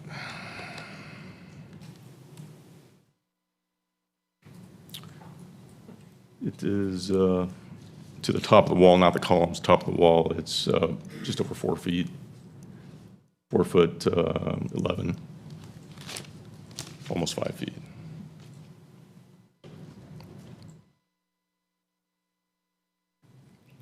And Worth, can you just restate what the amount of requested relief is here? Yes, so with the reductions in the required build to, we would be required to provide 72.7 feet, and we are proposing 40.6 feet of building within the build to range. Could you consider a shade or shelter or something like that that held that roof line and took it out a little further and gave people something to sit under? Maybe easier to implement than a tree, potentially.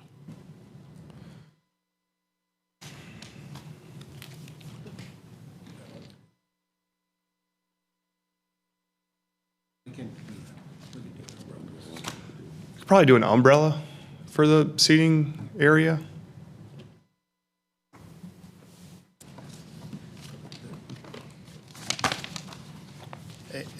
Extending the roof or putting some sort of a roof structure off the building of that is really would go against our prototypical building and our design intent there.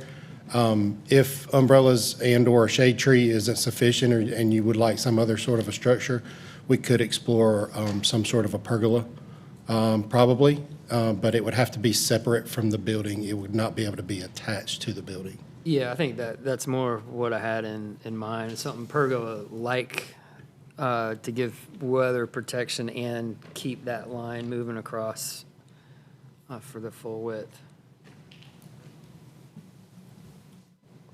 I think if the intent of that amenity area is to visually increase the frontage, a large shade tree would work. I think instead of it being small, the idea of it being tall enough that it provides shade for that amenity area and improves it, but also kind of increases the reading of the mass of the combined tree and building across there, I think it would work pretty well. The wall itself, this may not matter, but if the intent of it is to extend the visual width of the building, the design of the wall seems out of character with the design of the building, and it might actually help if it overlapped the building in the front, this top view, if it were to kind of slide past the corner and maybe lose the little finials because the rest of the building is much more kind of spare and rectilinear. If the goal is to marry those two things together, that could help with the reading of that being an extension of the building.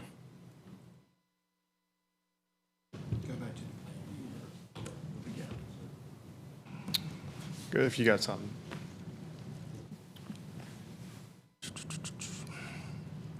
Yeah, I mean, the break that we have on the wall, I guess, was there to provide access for the pedestrians for the sidewalk that wraps around the front of the building. Mm-hmm. If we start bringing the wall further up, it we get into issues with the width of that sidewalk, and we don't have the space to, to move out into the drive aisle, unfortunately. So that's the reason for that small gap that you see. Other questions from the commission?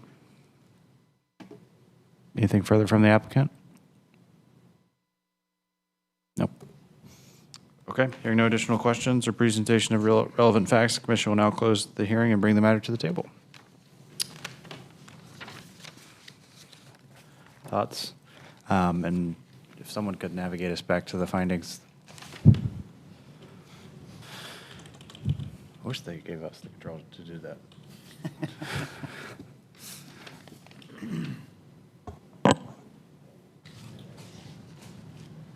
Okay, so just to reiterate here, alternate is consistent with the intent of Bill 2.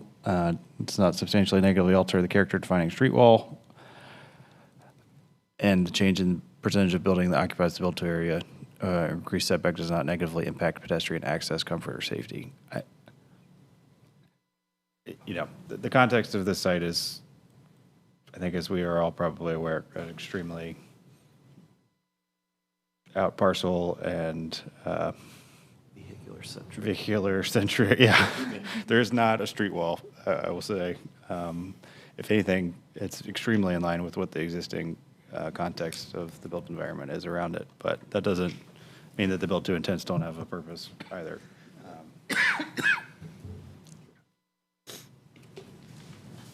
I'm inclined to agree with the proposal, but there never will be a street wall if we just replicate buildings like this every time they come up, just because the one next door is the same, Yeah, I don't really love the outdoor amenity area with the seating just as a means of creating that build to as a replacement.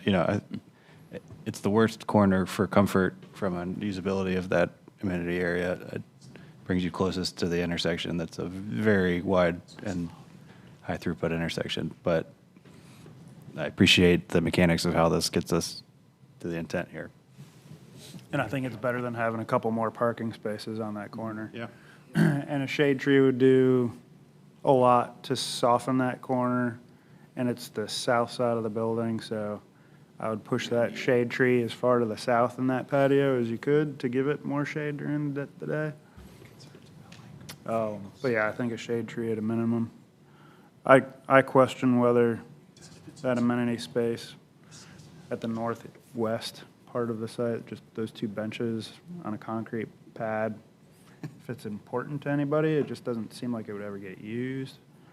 I thought those were bike racks, but you're right, they're benches. I do feel like the one on the southeast that has the walkway identified across the parking lot might be used more often, or people at least move through it. I wonder if it would be useful to have a designated crossing area from the one on the northwest corner as well, just to encourage people to leave the sidewalk and be on the site. To recognize that it's actually Yep. a path to get to something. Yep. Yeah. Okay, I'm hearing shade tree consistently. Yep. And then as far as the delineated marking, is that something you'd like to see if the applicant be amenable to? I would, yeah. Anything else before we open? Any other thoughts? Okay, I'm going to reopen the hearing. Ask the applicant, hearing that conversation, if there's a condition there that could be amenable. There are. Let me go back to the development plan, just to make sure that we are understanding the commission. So the commission would like a shade tree within the seating area, and they would like a some sort of pedestrian walkway from the amenity area towards the building. Those were the two? Yes. We are comfortable with both of those requests. Okay. Would you like to take a attempt at writing language there that would? I can.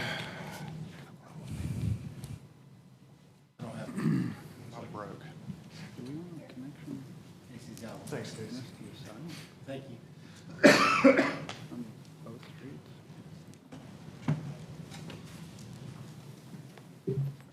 For discussion, I don't know if we need to close this or not, but there's not a connection from those amenity spaces to the sidewalk on those streets. Should we require one? It's just kind of a concrete pad sitting out, not connected back to the sidewalks. I'd like to add that as a condition. Agree with that? Okay. Both, or just the one? Both. We should probably bring that to our attention. Oh, working on something. Can we address that, the sidewalk connection? Yes, so the Commissioner Roberts was suggesting if there could be a connection between the two amenity, the northwest and the southeast amenity areas to connect to the sidewalks. Yeah, we had looked at Can that. you speak in the microphone, sir?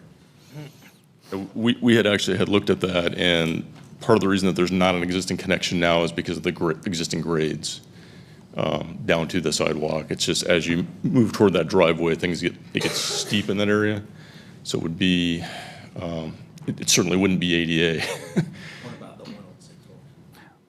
No, 106 I think the Forks one we're on good. Six Forks actually is connected now. Yeah, that the I'm one on looking Six at Forks it. is connected. Yeah, we're good there, and we're meeting ADA requirements on Six Forks, but it would be, yeah, very difficult, if not impossible, to get an ADA connection out to Wake Does Forest. it need to be ADA? Can it just be stairs? It's required to be. Yeah.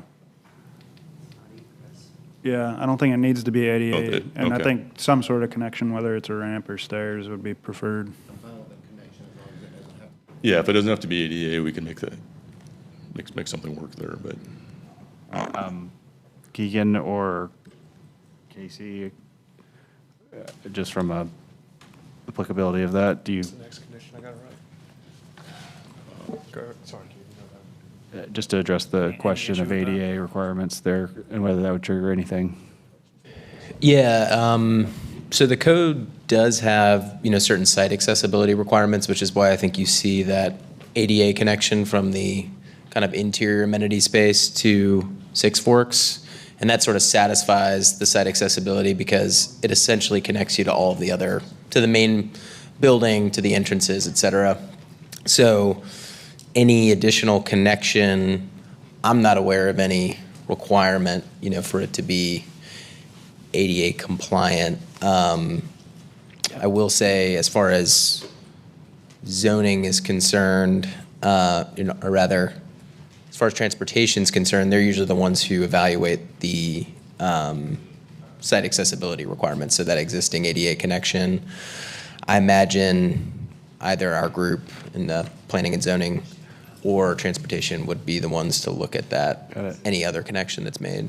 Well, the last thing I want to do is approve a condition that's going to send us right back unintentionally. So I'm hearing from you a degree of confidence that that's not going to be an issue, but. Yeah, I guess I'm having a hard time assessing whether or not there would be any type of compliance issue. I'm not aware offhand. We have folks that assess for site accessibility within our building and safety group. And then, as I mentioned, transportation looks at general site accessibility. I would assume an additional connection. I mean, you could think of one going through an amenity area. Is that somehow prohibited just because it doesn't meet ADA requirements? Or, as an amenity feature or something like that, like a slide. I mean, there's all sorts of things that could be located on a site. I don't see an inherent issue, but I can't say with 100% confidence. Okay, thank you.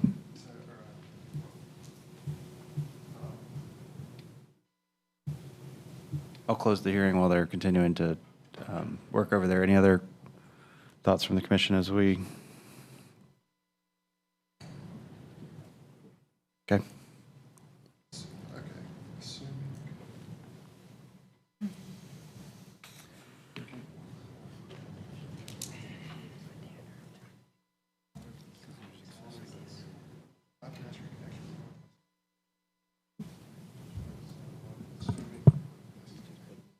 I guess I have a question. I have a question following Matt's comment then. Well, Okay, we'll open the hearing back up. I have some language. So first condition, provide one shade tree within the outdoor amenity area along the proposed building's southern facade. Condition 2, provide pedestrian markings to direct pedestrians from the northwest outdoor amenity area to the proposed building. And 3, provide a pedestrian connection from the northwest outdoor amenity area to the Wake Forest Road sidewalk, assuming that this connection shall not be required to comply with ADA. Perfect. I think 2 and 3 sound great to me. Can you read the first one again, or Tom, you've got it? Yeah, the only question I had is shade tree defined in the ordinance? Maybe Keegan can address that, or is it an upper story tree? How do you need to define that? Can you just read the whole first condition again for the benefit of the group? We can go provide or install, but provide/install one shade tree within the outdoor amenity area located along the building's southern facade. Should we provide a minimum mature height and so that it can be limbed? we could, or it might be that if shade tree is defined under, do you have a minimum that the city requires? Yeah, so there is a definition for shade tree in the UDO today. It's an evergreen or deciduous tree whose mature height can be expected to exceed 35 feet and which has an expected crown spread of 30 feet or more, or is considered a shade tree in accordance with American standards of nursery stock set forth by the American Association of Nurserymen. Very specific. Do you have a standard for height at time of planting, or is that something we could dictate?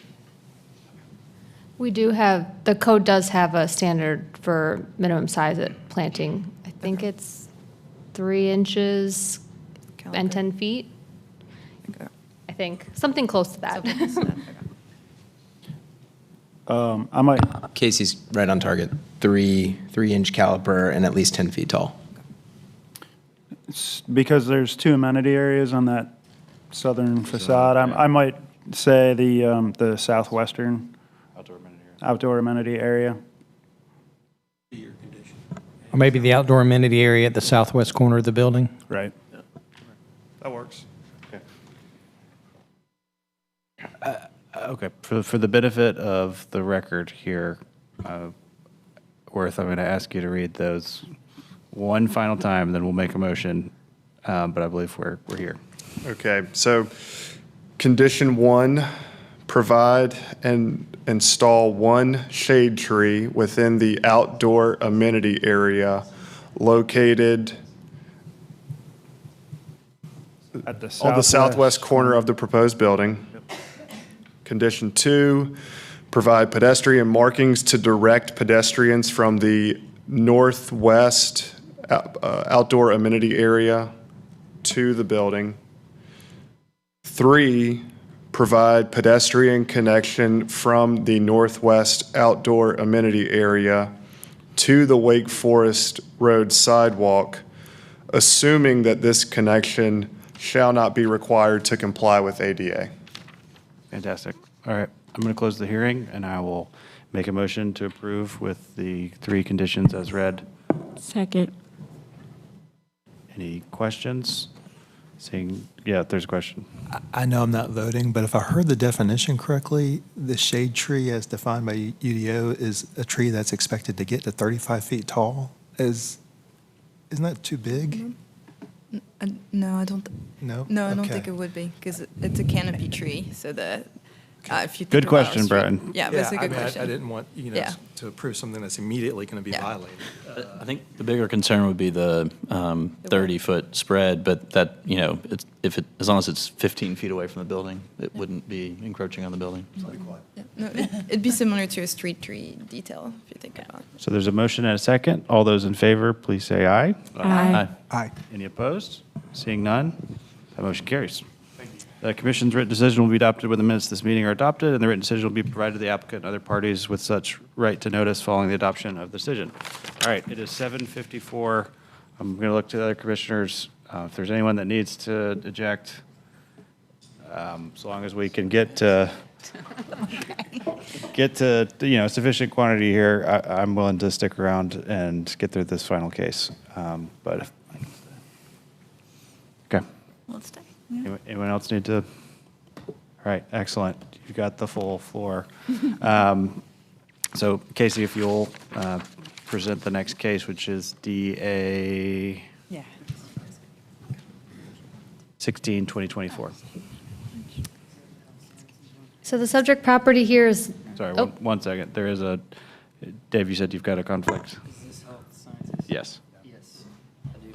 If you would just kind of state for the record. My firm's associated with this project. Why don't you if you could pull the mic down and state, Sorry. you wanted to ask to recuse yourself Yes. and I'd give like the to reason. Recuse myself because my employer is associated with this project. Okay. Would you like us to vote on it? Yeah, just vote on that real quick. Okay, I'll move to recuse Dave. Is there a second? Second. All those in favor? Aye. Any opposed? Seeing none, that motion carries. Dave, we'll see you in a minute. We'll see you in a minute. All right. And I guess Casey. we need to find who's going to sit on this one too, right? That's right. Brooke, you're the more senior by a month or two, so you'll be regular member for this if that's all right. All right, let's keep moving. Are you ready now? Okay. The subject property is located at the northeast corner of Falstaff Road and Swinburne Street, and it is zoned campus. The applicant is proposing to construct two buildings. One is a proposed health science building, and then the other is a parking structure containing about 375 parking spaces. The applicant is requesting two design alternates, both related to parking structure screening, and they are requesting to increase the maximum spacing allowed between parking structure screening elements along both the west facade as well, which faces Swinburne Street, and the south facade, which faces Falstaff. The city's screening requirements are intended to provide meaningful and well-designed screening and buffering, and parking structure screening elements must be spaced no more than 18 inches apart. And here are the findings that need to be met to grant the design alternates, and I will turn it over to the applicant if you don't have any questions. Okay, the applicant will now present the evidence and legal arguments in support of the request. If you would state your name for the record, address in relation to the case.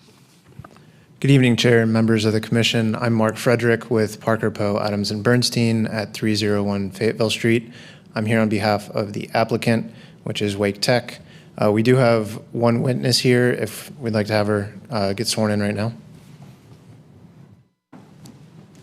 Again, if you'd state your name, address in relation to the case, and I'll swear you in. Sure. Emmeline Tyson. I'm with BSA Life Structures. Address is 510 Glenwood Avenue, and I'm lead architect on the project. Do you swear or affirm that the testimony you'll provide will be the truth, the whole truth, and nothing but the truth? I do. Great. Great. I've got a brief introduction before we get to her testimony. And before I get started, I'll ask that our application presentation, the case report, and supporting materials be accepted into the record. It's received. Thanks. Great. So this design alternate request relates to a parking deck that's going to be built as part of Wake Tech's expansion of their Perry Health Sciences campus. As you see on the screen, this is the new building in the center. The building on the left is the existing building, and then on the right is that parking structure. And to provide some context here, the project site is highlighted in orange. It's just southeast of the main Wake Med campus, and then just northeast of the site is that existing Perry Health Sciences campus. So a little more on the background here. So this campus is being expanded as part of a larger health and education campus set up by Wake Med, Wake Tech, and Wake County. All three parties own land in this area surrounding the main hospital. but they decided to come together and partner on a comprehensive master plan to plan for growth in the future. But what really is allowing this expansion in the future is that all three parties will be swapping property between the parties to allow future expansions. Each party does own property, just kind of varied throughout the site. And in Wake Tech's instance, this is allowing the Perry Health Science Campus to expand south in Subdistrict B here. The new buildings are overlaid on the existing conditions, which can be seen here. There is one warehouse that'll be demolished, as well as several surface parking lots. In addition, the circulation through the campus, through this part of the campus will be slightly modified. Swinburne Avenue, which runs north-south here, will be realigned with a traffic circle to provide better circulation through the site with that education building fronting that street. The parking deck is shown in blue here. The requests that we have before you tonight relate to the south and western facades. And part of this is for part of the reason for this request is that there will be a future expansion of this parking deck and as the campus expands in the future, as well as some safety considerations. So with that, I will turn it over to Ms. Tyson. But again, our specific request is to increase that the standard for the maximum lateral spacing requirement of 18 inches to a maximum of 19.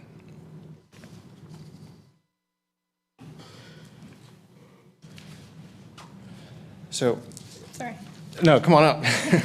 Ms. Tyson, could you please explain your education experience and years of experience for the commission? Sure. I graduated from NC State, and I have 13 years of experience, most of which has been in higher education design. Great. I'd like to tender Ms. Tyson as an expert in the field of architectural design of higher education buildings. Great. Thank you. So I forecasted to the commission that our requested design alternate is driven by the goal to have, I guess I'll mention it now, to have a consistent architectural design language across the entire campus. So Ms. Tyson, could you please explain how this impacted the design of the parking deck? Sure. So the design of the parking deck relates to the existing buildings on campus, both through color, texture, and rhythm. So the irregular rhythm was one of the key drivers for some of our design decisions. It's one of the key features on this campus and really for Wake Tech as a whole and part of their branding.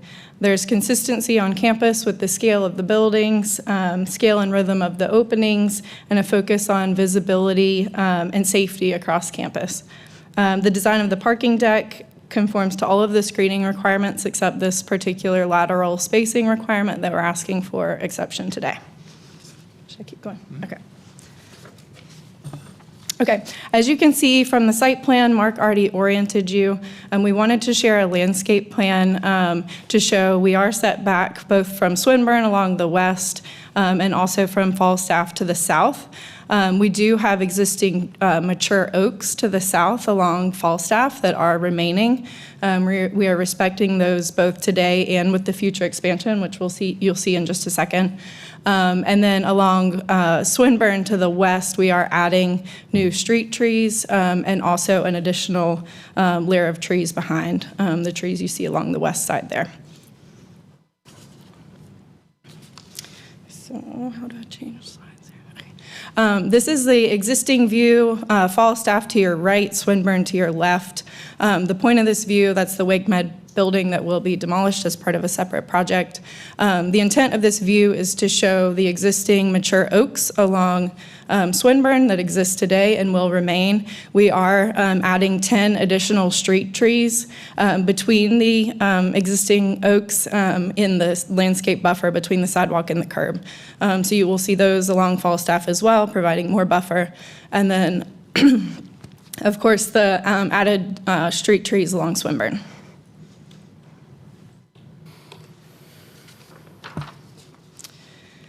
So as Mark mentioned, we're talking today about the west and the south facades. You can see the west facade is set back 140 feet from Swinburne, south facade 117 feet. The 117 feet is very intentional so that we can also respect those existing trees with that future expansion, which you see with the blue dashed line here. These are elevations from our ASR submission. You can see top left is the west facade, bottom is the south facade. So we understand the intent of the landscaping and screening regulations is really to provide meaningful and well-designed screening and buffering. We're doing that through this rhythm of vertical battens. They're consistent in color and texture and rhythm with the rest of the campus. The south elevation, which you see at the bottom of the page, is planned for future expansion.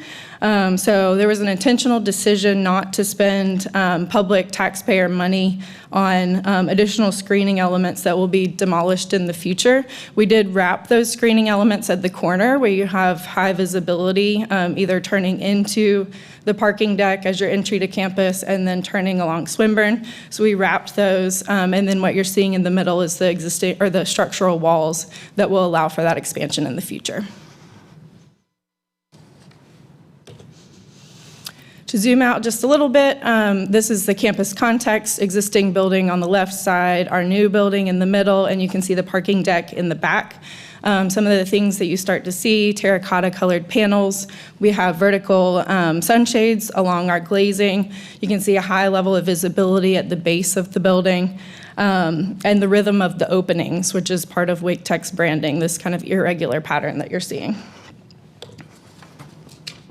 So zooming around to the west side, this is aerial view, that's Swinburne in the foreground. You can see how the new building relates to what we're proposing on the parking deck. The terracotta color, the rhythm of the battens, transparency at the base. And part of the selection of materials is really to differentiate Wake Tech from Wake Med across the street as well. This is an aerial view of the southwest side, showing those existing mature trees along Falstaff, the south side planned for future expansion. And then more of an eye-level view if you're driving down Swinburne to the south. So you can start to see how the campus context starts to feel cohesive with the colors, materials, and rhythm. So I want to zoom in a little bit to the parking deck. One of the key drivers from the project from the very beginning has been safety. This campus is located off of Newbern. The demographic of the students on the campus is many women in the health sciences field. So we talked really early on about visibility both inward and outward, both in the building and in the deck, to allow these students to feel safe and secure. So the driver for increasing the spacing of these battens is to allow daylight in during the day, also visibility in and out so that you feel safe. No one's hiding, you cannot be hidden, and no one is hiding around in dark corners. The battens, as I mentioned earlier, turn the corner. This is your view, Falstaff on your right, Swinburne on your left as you're turning the corner to enter the health science campus. And then a street view, this is as if you're driving along Falstaff. The parking deck to your right, you can see the buffer of trees, both the existing and the new street trees that we're adding as part of the ASR process. Back to an aerial, you get a sense of the campus. And then to summarize, we're using the vertical battens and a concrete texture behind to create visual interest and to meet the intent of the screening. We are promoting a sense of safety and security with the spacing of the battens, visibility inward and outward. And the future expansion on the south side really forced us to consider what is the appropriate amount of public money to spend on battens or screening that would need to be demolished in the future. So I think our design application stated that we were asking for relief 90 inches for this maximum spacing. We've actually since taken a closer look at that, and we're actually only need 70 inches for the maximum spacing. But that's the greatest distance. Most of these are 1 foot 10, 2 foot 10, 3 foot 10.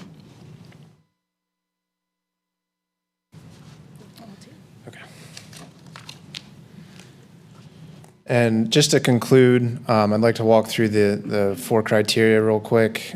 So with respect to the first criteria, the intent of the screening regulations is to provide that meaningful and well-designed screening.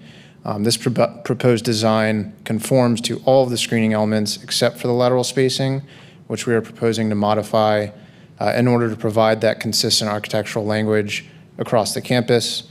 With respect to the second criteria, the testimony you heard explained how the proposed design alternate provides additional inward and outward visibility for the parking structure, therefore not only not negatively impacting, but improving the comfort and safety of pedestrians.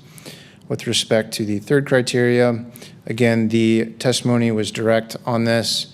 The requested design alternate utilizes architectural vertical battens, consistent in material, texture, and rhythm with the adjacent building and the campus as a whole. And finally, with respect to the fourth criteria, the proposed alternate balances the Wake Tech's concerns for safety through visibility, cost concerns for public money, and an aesthetic that creates stronger ties to the existing campus and architectural language. So in summary, we have presented competent material and substantial evidence to meet each of the design alternate elements and respectfully request approval. Thank you. Thank you. Are there any members of the public here tonight that would like to speak? Seeing none. Questions from the commission? Chris? Yeah, do you know what the timing is for the expansion on the deck? I do not know a specific timeline, just that there is plans for a future expansion. And then this may be for staff or anybody on the commission. Where did the 18-inch standard come from for parking deck screening? Does anybody know? That's a broad question, but yes. Did that come from that text change? I think the text change, well, I don't know. I thought the text change just dealt with the. I think percentage Keegan's of going the to try to screening. come address that. So you're going to strain my memory. Things I tried to forget. It was a long process to develop that text change. I think if I remember correctly, there was some concern over kind of building code requirements that would be potentially applied to, or that would come into play with an open versus enclosed parking deck structure. And I believe the 18 inches, and sorry, I'm trying to pull up the requirement just so I can look. If you have it printed, yeah. that'd be good. Yeah. Yeah, sorry. Just trying to remember myself the exact wording.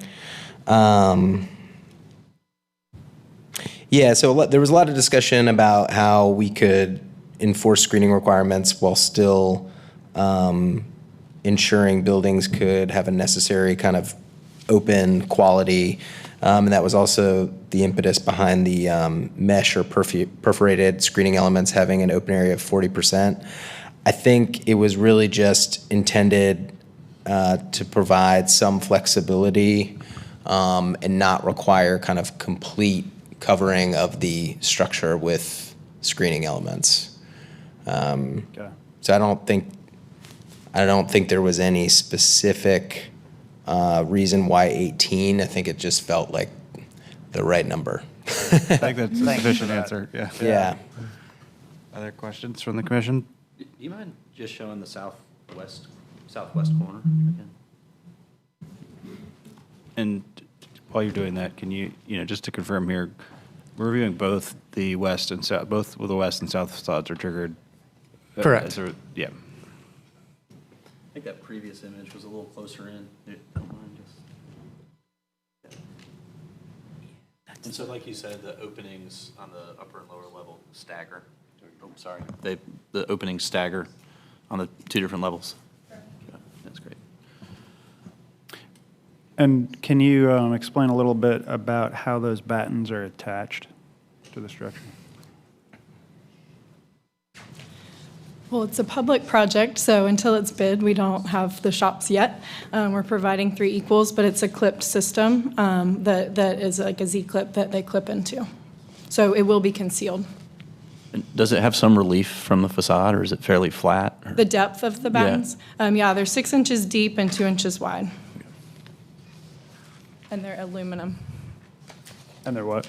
Aluminum and painted. Okay. Can you go back to the south facade and just, again, kind of re-explain the kind of interior facade and what that condition will look like? The interior, the middle of the south Yeah, facade? between where it wraps. Yeah, so those are structural precast walls, so you will be looking at concrete, and it will be exposed as it's seen here. Did that answer Are the your? battens removable, like easily removable? Define easily, but yes, they are Yep. removable. They could be. I mean, I don't know if anybody else is thinking this, but the question is there anything that could skate across those concrete panels that you could remove when you're expanding the deck and they wouldn't go to waste? They could be reused somehow. It seems like the battens at least could be pretty easy to remove. I understand the rest of the facade. If you built the entire facade, you probably wouldn't be able to dismantle it without losing material. Mhm. But I wonder if that's the case. Yeah, and this is more for conversation, but, you know, costing does not show up in our, findings, which is a challenge. I totally appreciate the, need for fiscal conservatism there, but not knowing the timeline either, this could be the condition for years.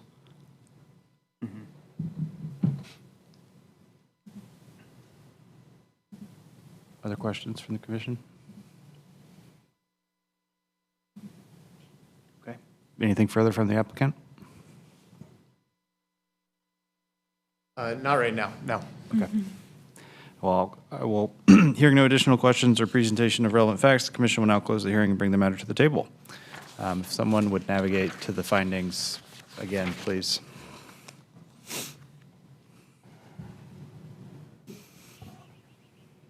As she's doing that, I will say personally, the 18 versus 19 inches does not in any way, shape, or form 90. factor. It's 90, 90. Oh, all right, sorry.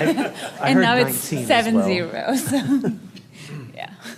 I thought Even I still, thought the same thing Yeah. initially, so. So it's 7. I mean, they were probably, I don't know, they were probably trying to go for something related to, they didn't want to see too much blank space, Yeah. right? So if you decided to treat those openings in a different way with a nice aesthetic. Yeah, and I'll say I do appreciate the point on visibility, visibility in and out, and the safety therein. That's meaningful to me from within these findings here. It's more the south-facing facade that's more challenging Yeah. from a treatment level to me. Kind of wonder, looking at that, at least as the rendering showed, it looks like in other places they're using some integral color in the concrete, and those shear walls that are exposed, maybe that's something they could do from a cost perspective that won't really add much if we don't ask them to put removable battens across that facade. That would vary that a little bit and maybe make it look a little less pedestrian. Regarding the time component, something prompted the proposal for an expansion. I would think a growth projection could establish some timeline for when it's expected, whether it's 5 years or 20. Maybe that's a condition. Maybe, however, you guys tell me if I'm wrong. What we're being asked to rule on is the 90-inch spacing. It's not whether those fins, right, which is only it's not whether those fins continued along that whole south facade. I think that's a completely different issue that isn't triggered by this request. Yeah, we're not really even talking about that south wall. That's right. Right. Yeah. This is just Right. us talking about appearance stuff. Wait, we changed our name to Design Review Yeah. Commission. But I agree, like, for consideration, we can't rule on this. I mean, that wall could remain like that for many years to come, and it would be at least having the discussion, do you consider taking those fins along that whole south facade? However, even the area that was left without the fins is a different design than the walls on either side of it. It's going to become that light wall in the parking deck later, so it's still going to look different even if you put fins over the face of it. So, anyhow, I don't have any concern with the design of the fins. Yeah, I agree. I know I just said this, but the spacing is not materially affected to me, but. My guess is the tighter spacing requirement was when there are other uses, maybe residential uses immediately across the street with light getting out and seeing cars and all the stuff. And so that's not the case here. You're going to be in another large building or another parking deck looking at the parking deck. With some layers of play material and other things. Yeah, it seems okay. Okay, is there a further commentary or a motion? Make a motion to approve as presented. I'll second it. Okay, any questions? Seeing none, all those in favor? Aye. Aye. Any opposed? That passes. Commission's written decision will be adopted with the minutes of this meeting are adopted, and the written decision will be provided to the applicant and parties with the right to such notice following adoption of the decision. Thank you. All right, Casey, is there anything before releasing folks? I know we do have a second meeting this month where we do have some business that needs to get done, so just a reminder that we do have that third Thursday meeting coming up, but otherwise, thank you for sticking with it till 8:20 tonight, and meeting is adjourned.